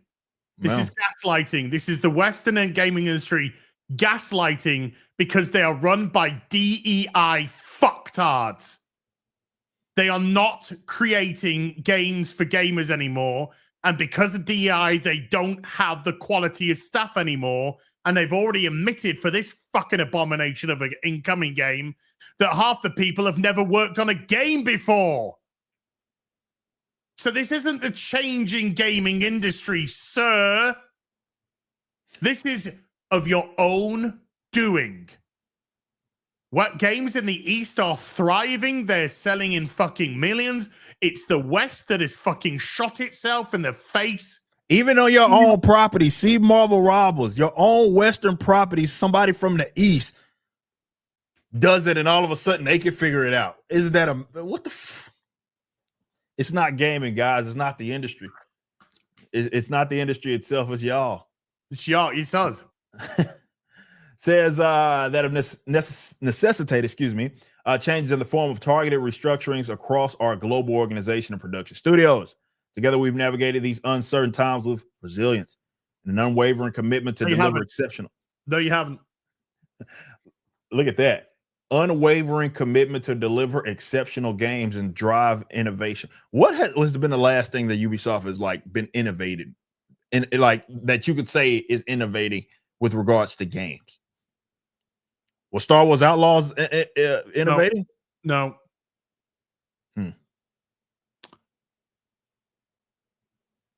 I don't know. I'm trying to think off the top of my head. The last Ubisoft game that I enjoyed, really enjoyed, was Far Cry 3, and that was 2012.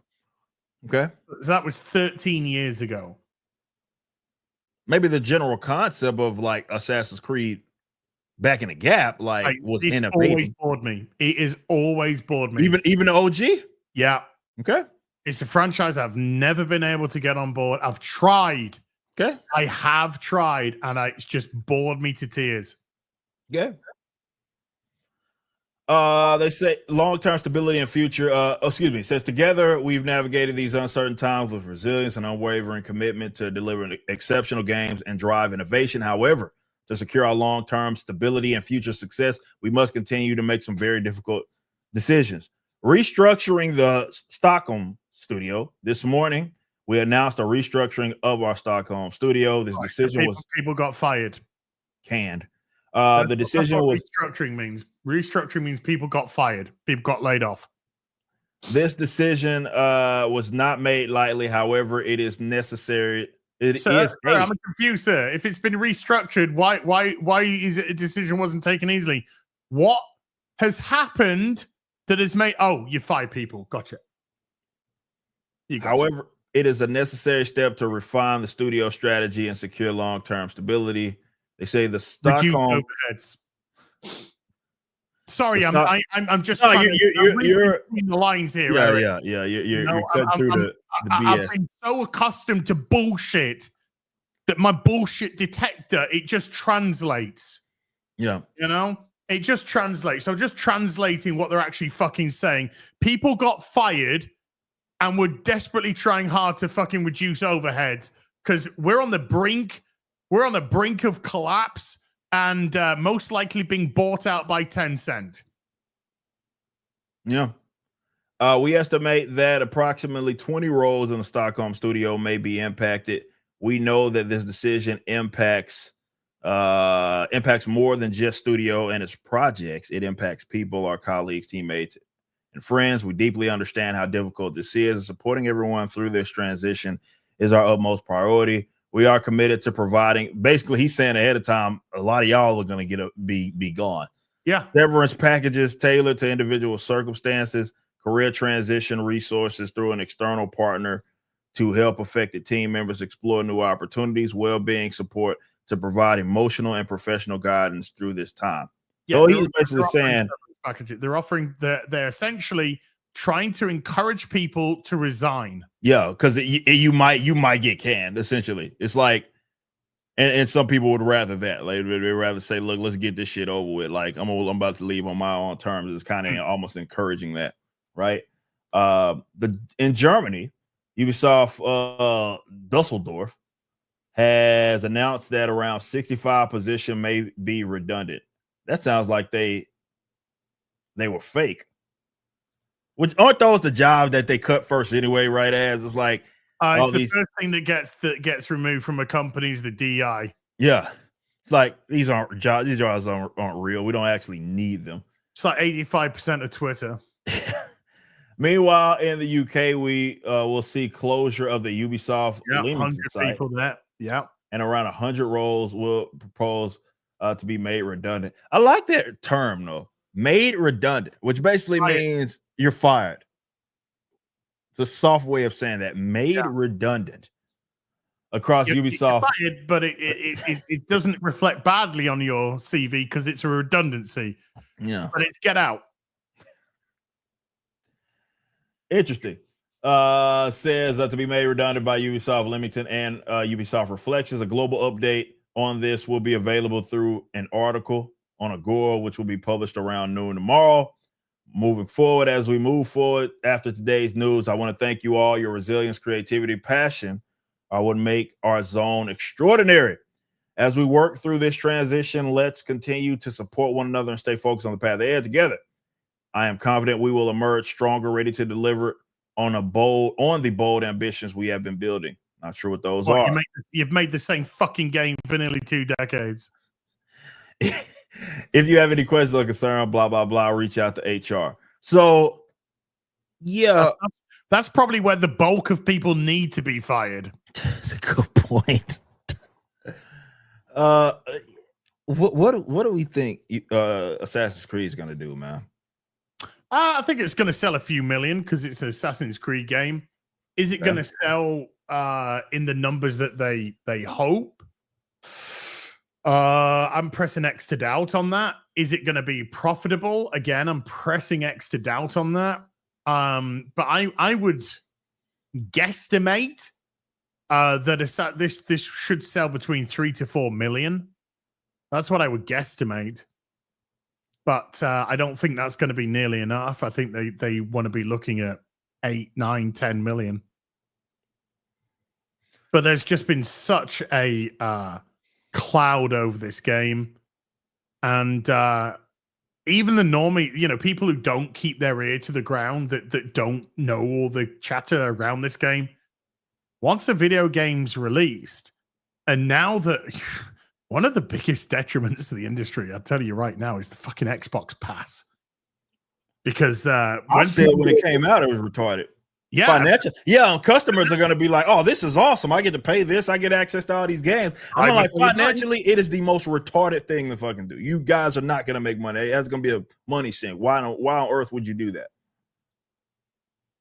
How is, so if people play it and they're just like, oh, this is crap. It's a video game. Word of mouth will fly, and it won't do well. Now, there's all kinds of chatter about what's going on. Chatter about it being delayed to remove. Yeah, that's what I've seen. That some rumors about that, but I don't know how legit that is. But yeah, apparently, the Torrygate toy. You remember the statue with the Torrygate that we talked about that. Yep, it's back.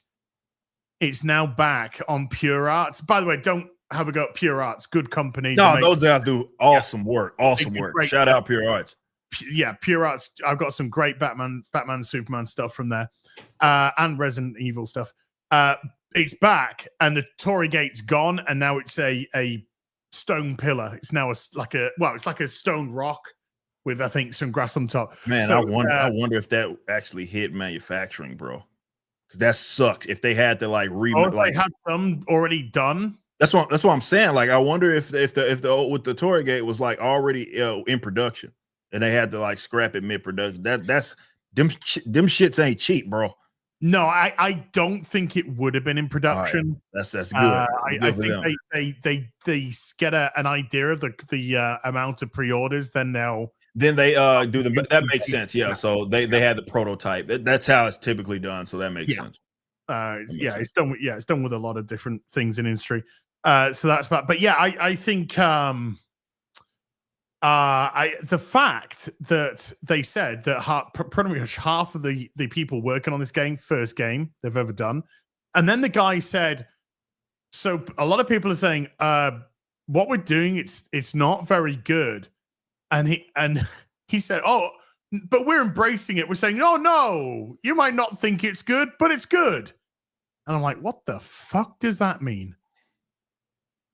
What the fuck does that mean? Japan seem to be fucking with Ubisoft at every turning now as well, which is great. Yeah. Definitely Japanese Twitter. Said, you're not allowed. If this game's going to come out in Japan, you're not allowed any. You're not allowed any fucking severed limbs. So there's a slider for the West where you can have it with severed limbs or not severed limbs, but Japan are like, no. It's going to be no severed limbs at all. So they've had to adjust the game purely for Japan as well to adhere to the code. It is toxic positivity. It is It's ridiculous. Even the people working on it saying it's fucking crap. That's Our work's unfortunate, crap. bro. This is crap. And he's saying, no, don't call it crap. It's good. It's good crap. That's unfortunate, man. That is unfortunate. So yeah, they got to make a lot. I mean, we'll see what happens. Though I have seen those.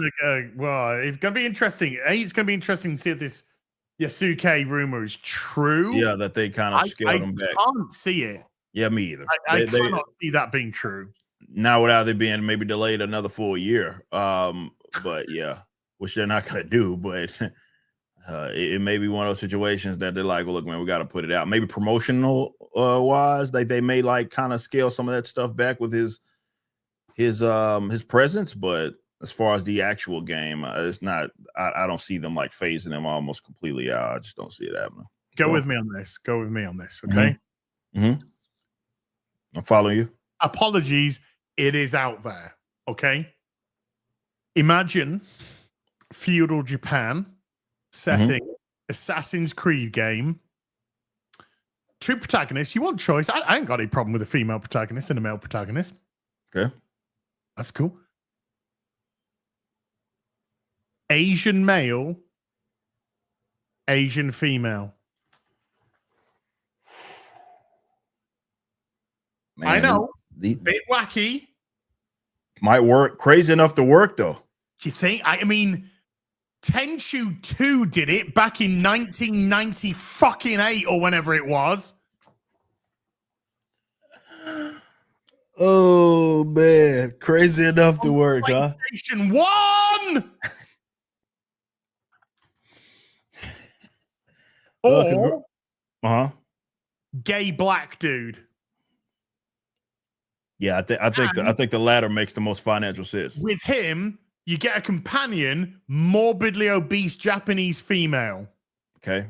During those times, that would have been usual. Yeah. Who ate all the pie? Sorry, who ate all the ramen? Who ate all the ramen? You fat bastard! You fat bastard! You ate all the ramen. Could work. Crazy enough to work. It could work. It could work. Fucking crazy, man. All right, guys. We're gonna get some of these super chats. Shout out Ubisoft. We'll see what happens. Yeah, maybe you should run it through your 15 fucking different divisions of DEI. We shall see. Oh, hold on. Uh-huh. Pokimane has decided to put out a tweet. The tweet is transphobia is bad. Man, she is stunning and brave, man. We got to give her a round of applause to getting out there and actually saying that and putting herself out there to be that brave and bold to say something like that in this climate, especially where the mainstream and the corporate interests they totally don't agree with that. That brave and bold of her. Congratulations. I can only hope to emulate such bravery one day. Man, same here, man. You go out on a limb. You really went out on a limb, put your neck out there to say something like that, man. I'm actually gonna do a post. Racism, oh man, is bad. That right there, as you are a brave man of honor and deserving of respect. See where that goes. See where that. And that is white hot. I'm expecting a lot of fucking clapback on that. Yeah, that's a hot take. I can take these arrows, these slings and arrows of outrageous fortune.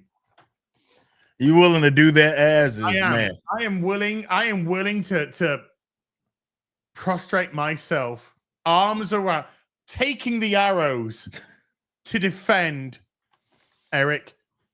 People like you. You are such a brave man. I know. Brave and bold. Let me, your white savior, protect. Oh man, that is amazing. I'd lie for you. die for you. Walk the wire for you. I do. As a brave man. He's a brave man. I think Very brave. I might And just, stunning as well. hey, I might have just fucking ended racism. Yeah. By posting that One with your tweet. influence. One tweet. That's all it took. And racism had been officially ended. Didn't even have to put it on a soccer kit or a football kit. Didn't have to put it in an end zone. In a football end zone either. Yeah. Because I tell you what, honestly, I was watching that game. I'm sat on the couch. Dude, I am fucking N-wording all over the place, right? You saw it, and then you were like, yeah. And then I looked and I saw that in racism. Racism. And I was just like, yeah, self-reflection, right? Do you know what? I'm no longer racist. That has cured my racism. Thank you, NFL. I thought it was the only way to be, but I saw a different way by reading that end zone. That's how it works. And I have only said the N-word 15 times since. Since then? Yeah. That was yesterday. So. And that's before the stream to your face.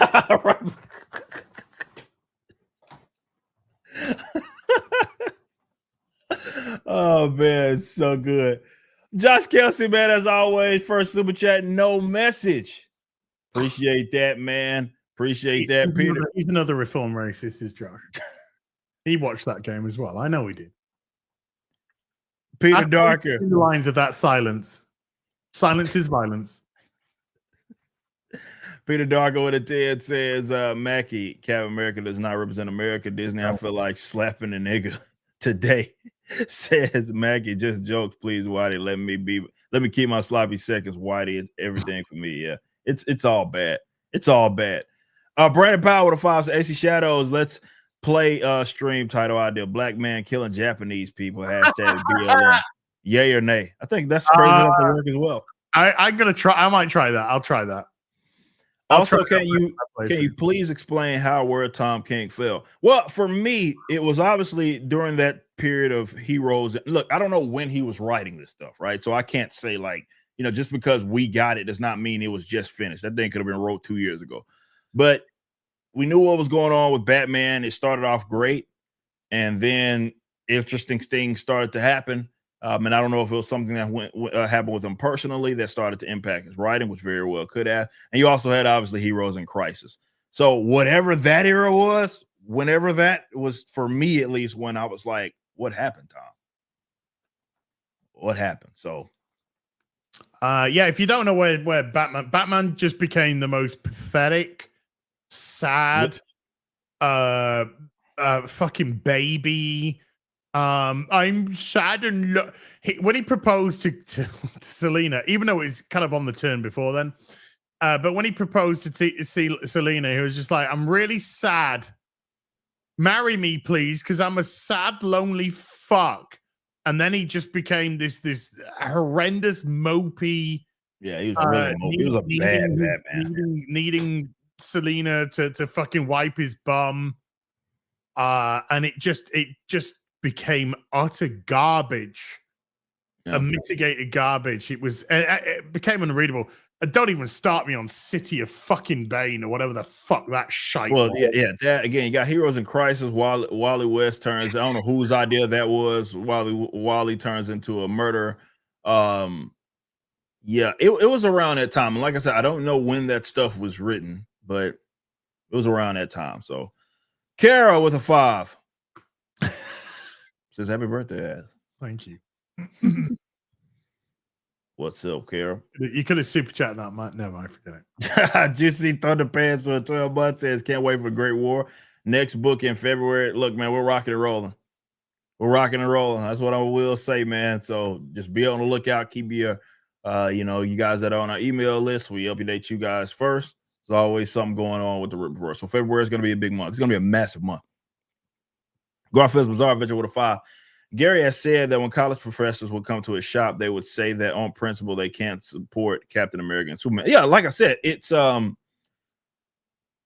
And this is why I think it's interesting that there's still people paying public university for their kids, spending an absorbent amount of money to be indoctrinated by these professors who just hate everything. But yeah, that doesn't surprise me. That doesn't surprise me. When I was in college, I remember one of the last classes that I took was me going back and forth with my professor on basically state funding of teachers. And he wasn't happy about my position. Let's just say that. And that was 2013. Ivan with a 10 says, Ripper, you were right about the election between that Dev Kyle Minecraft, your local MAGA, and that Dev losing her mind over TRGA. The mental illness is going to get a lot worse before getting better. Well, that was my prediction. Shout out to Ivan. He's referring to my prediction. And I did this. I had this immediately. I said, guys, I think entertainment especially is going to get worse now that Trump won because these guys can't help themselves and they're going to feel as if they have to continue to use, actually even more so, beat people over the head with their views and use the positions of power that they have in order to do that. They're going to be insufferable. They're going to be absolutely insufferable. Warren with the 2 says, any chance Chuck Dixon appearing at MegaCon? I don't think so, Chuck. Chuck's got some stuff going on. I mean, we talked about getting him out there, but I know he has some stuff doing, so I'm not sure. Obviously, if he has a last minute change, because he was supposed to be there last year for us. But yeah, if there's a change of approach or whatever there, then yeah, we'll get him there if he decides. But you know, Chuck's doing good. Garfield Bizarre Adventure with a 5. That's the one I just read. Yeah. 14 months for my co-host. Shout out. Let's go. Long time. Mechanism Studios with a 10 says, I'm writing and putting together a graphic novel and writing songs to go with it. I have one released currently called Derelict. At what point do I come to represent, or how do I go about that? Well, how our submission stuff works, basically just have the complete project. Well, it depends on what you're wanting, right? Obviously, you can reach out to us over at riversand.com, fill out our questionnaires and stuff, and we'll assess it in whatever way. But if you're talking about full publishing, then yeah, we need it complete before it ever gets to us. Now, if there's some like consultant stuff that you want, that's a completely different animal, right? That's what it's there to do, to help send your projects over the line. So yeah. Julia, what's up with a 5 says Cover D is awesome. It needs to be its own poster. Yeah, man. Shout out to Wagner for that. Chief Critical with a 5 says, hell, fellow Ripper fans, question for Az. When is your Ripperverse comic coming out? Love to see what you can create. Chief Critical. Well, we'll see. We'll see if that ever happened. Look at that ass. This is awesome. Larry Parker with a 2 says Ripperverse brick and mortar and DFW at some point. We floated that idea around of us having another. We got 2 properties now. If we got a third one that would act as a brick and mortar, but we got to increase volume by a lot for us to be there. And maybe at some point we can. We do that, or even if it's like limited and like maybe it's not something that we have open every day. I don't know. We'll think about it. But yeah, our release schedule is going to have to speed up and be far more rapid for us to be able to justify like having that presence like that to make it financially make sense. Garfield's Bizarre Visual with a 5 says, since Critical Drinker will be at the Ripperverse booth, have you informed the state of Florida that there will be an alcohol shortage in February? No, we're going to surprise them. They have to figure it out. Cloth with a 2 says Ripperverse the animated series, no movies. Well, we'll see what happens with Ripperverse Studios. Set up with a 5 says, what do you guys think American entertainment can learn from anime and manga? Would love to hear your thoughts. Happy belated as my position on this has been very clear. I think that what anime and manga does that the West does not do really hardly at all is that they don't have cocky, arrogant, egotistical, narcissist creators for the most part. There may be, I know people feel that way about certain creators that are in the East, but for the most part, they don't feel like they need to be the center of attention. So what that does for them is it allows for accurate adaptations. Okay. So anime and manga's relationship is so beneficial because anime sells the manga and manga sells the anime. And that's because almost all the time they are at least 95% accurate to them. There may be filler in there, but for the most part, they're accurate. When it's not accurate to their mangas, like anime being like accurate to the manga, fan bases get upset. In America or in the West, everybody needs to leave their imprint on the fucking character because it's all about them, right? So it's all about them. They feel like characters can't exist on their own. So everybody has to leave their imprint on it, right? So that's why anytime we get like a adaptation and an animation, it's always a different version. It's the 75th version of the character. And there's no cohesion there. That actually hurts the publishers long term. Because if I watch a movie or I see an animation and I'm intrigued by this character, then I want to go read up on the character or something. Then the character that I'm going to read is going to be completely different. It's not going to be remotely the same. What incentive do I have to go keep up with that comic, or what incentive do I have to buy the comic in the first place? None whatsoever. It's not the same version of the character. So to me, that's what they do extremely well. That's the one thing that I think they do very well. And I think a lot of that centers from, like I said, they're less egotistical. With ours, unfortunately, people in the West, it's got to be the center of attention, that they feel that they have to. It's always about them. They want themselves to be talked about more than they do these characters. So that imprint is constantly having to be put in there. So that's my position on it. Well, Talk also, about that. Anime and manga are more interested in creating legitimate entertainment than the West is. The West isn't interested in creating entertainment. It's interested in creating fucking social dog shit. Right. That is too current day, too rooted in current day politics because the whole thing's rooted in it. You look at different types of manga and anime. We all know the big hitters that everybody will be aware of: One Piece, Demon Slayer, Dragon Ball, etc., etc. But if you go into the nooks and crannies of it, there is something for everybody. There is a lot of variety. Yeah, they got food, mangas and so the actual range of stuff is incredible. So there's lots of different things for all kinds of audiences, and just written to entertain, written for fun. There isn't this bogging down, which is what we have in the West. But at the moment, they can't help themselves and they can't get away from it. Facts. DB with a 2 says you have an interesting rogues gallery on, Eric. Yeah, and it's like I'm not even fighting them. That's the crazy thing. It's like they just kind of exist. You just popping up. Yeah. Well. Nick with a 2 says ass splitting or spitting facts. Grab microwave tea and listen. That's good. Having nobody the hate manga with a 5. I don't care where he votes, but I fucking care about that microwave. I'll give him a little credit. He said proud American and left out African in this statement. Oprah must be twitching from that statement, says Javi Nobody. Oh, speaking about Mackie, I guess that's in a reference to that. Ray Gonzalez with a 5 said, I said it once on the real BBC, but this movie could be the greatest superhero movie ever. It will still fail because of the budget. Yeah, you're not wrong. It's that's why when analyzing success and failure, right, that has to be accounted for, right? And it happens all the time. I mean, we talk about Disney Plus and some of these shows that people find more favorable in comparison to some of the others that, I mean, you reviewed it well, but it didn't make money. Darth it literally has to do a Deadpool and Wolverine and what is the likelihood of that? Yeah, exactly. To maybe turn over 100 million profit. Darth Gavel with a 5 says 2 J6s were murdered in the past 2 days. What's the left silence? This is my first hearing of that. I didn't know that. That's kind of crazy. Not kind of crazy. That's big crazy. Ryumpa with a 5.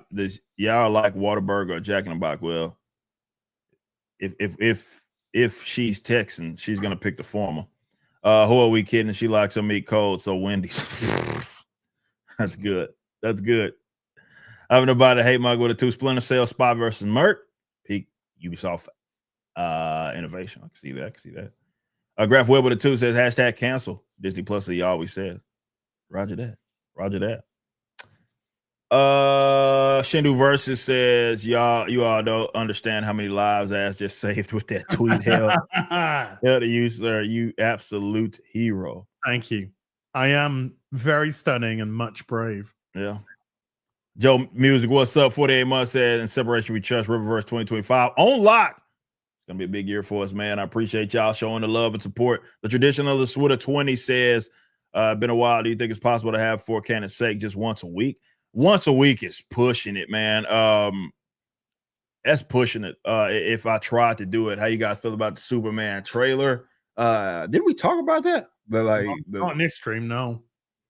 Well, not in this stream. I'm saying but the first one that came out. Didn't we talk about that? Man, I can't remember. I remember talking about it. I think that says everything. Yeah, exactly. I think the suit sucks and they should stick to him with Henry Cavill. Yeah, we talked about it. We did. Yeah, we did. But yeah, for goodness sake, man, it's impossible, man. I just got so much to do. I mean, maybe bi-weekly at best, monthly perhaps. Maybe I can commit. Yeah. That if I did it, that would be the best I could do. But yeah, like it would be impossible for me to commit to doing something like that like weekly. I just don't have the time, man. Like even right after this, man, I'm gonna be back hustling. I'm gonna wolf down this food that my wife is cooking, and then I'm back to hustling and bustling. So yeah, man, it's tough for me to do that. All right, guys, that's going to do it for the super chats. Again, appreciate everybody showing love for the Great War of Separation, which launched today. These numbers are not up to date, but we are over 50,000 in total sales. I believe last time I checked, we were over almost at 2,500 total books sold, man. So thank you guys so much for that. Go grab those books if you have not already. You guys have been incredible. You guys have been amazing. We appreciate your support. We know you're gonna love this book, man. It's incredible. Jack's art is amazing. Chuck's story is amazing. Candace did her thing on the colors. You guys are gonna love it. So thank you guys so much for all the love and support. We got Yaira 2 is active as well. So go grab that. Jokingly, 25 months in the game. Thank you so much. Let's go. Peace out. Those are our 2 active collections. I did warn y'all that we'd be closing down, though it's still in the pre-order, but it's moved to the store, the ISOM statue, so we can free some space because, like I said, these collections are about to start piling up, baby. We got Yaira 2 active. We have the Great War Separation active as well. So go grab both of those. Buy them together. Why not? Appreciate y'all so much. What you got coming up this week, though? Ask. No. Nothing. Flicking my bean. Very productive. I got what I got actually. Look, I'm busy for another couple of days. And then when Saturday comes around, we're back. I've had a last couple of months, folks, where I've just, I've been doing stuff, a lot of stuff. Well, we're back. We're back beginning of February. And so the videos are coming back. Let's go. The streams are coming back. The gym's coming back. Just came back from the gym today. Let's go. Yeah, I was up there early this morning, man. My shins are on fire right now. So I can't lift my fucking arm. My shoulders are right That's now. Good. Nice. There's going to be a lot of content coming February, March, April. It's all good. We're going to be doing Kingdom Come Deliverance 2. If this Assassin's Creed game comes out, we're going to be doing it. We're going to do it. I'm going to call it San Franciscan Terrorizes Asians. That is the representation of real life.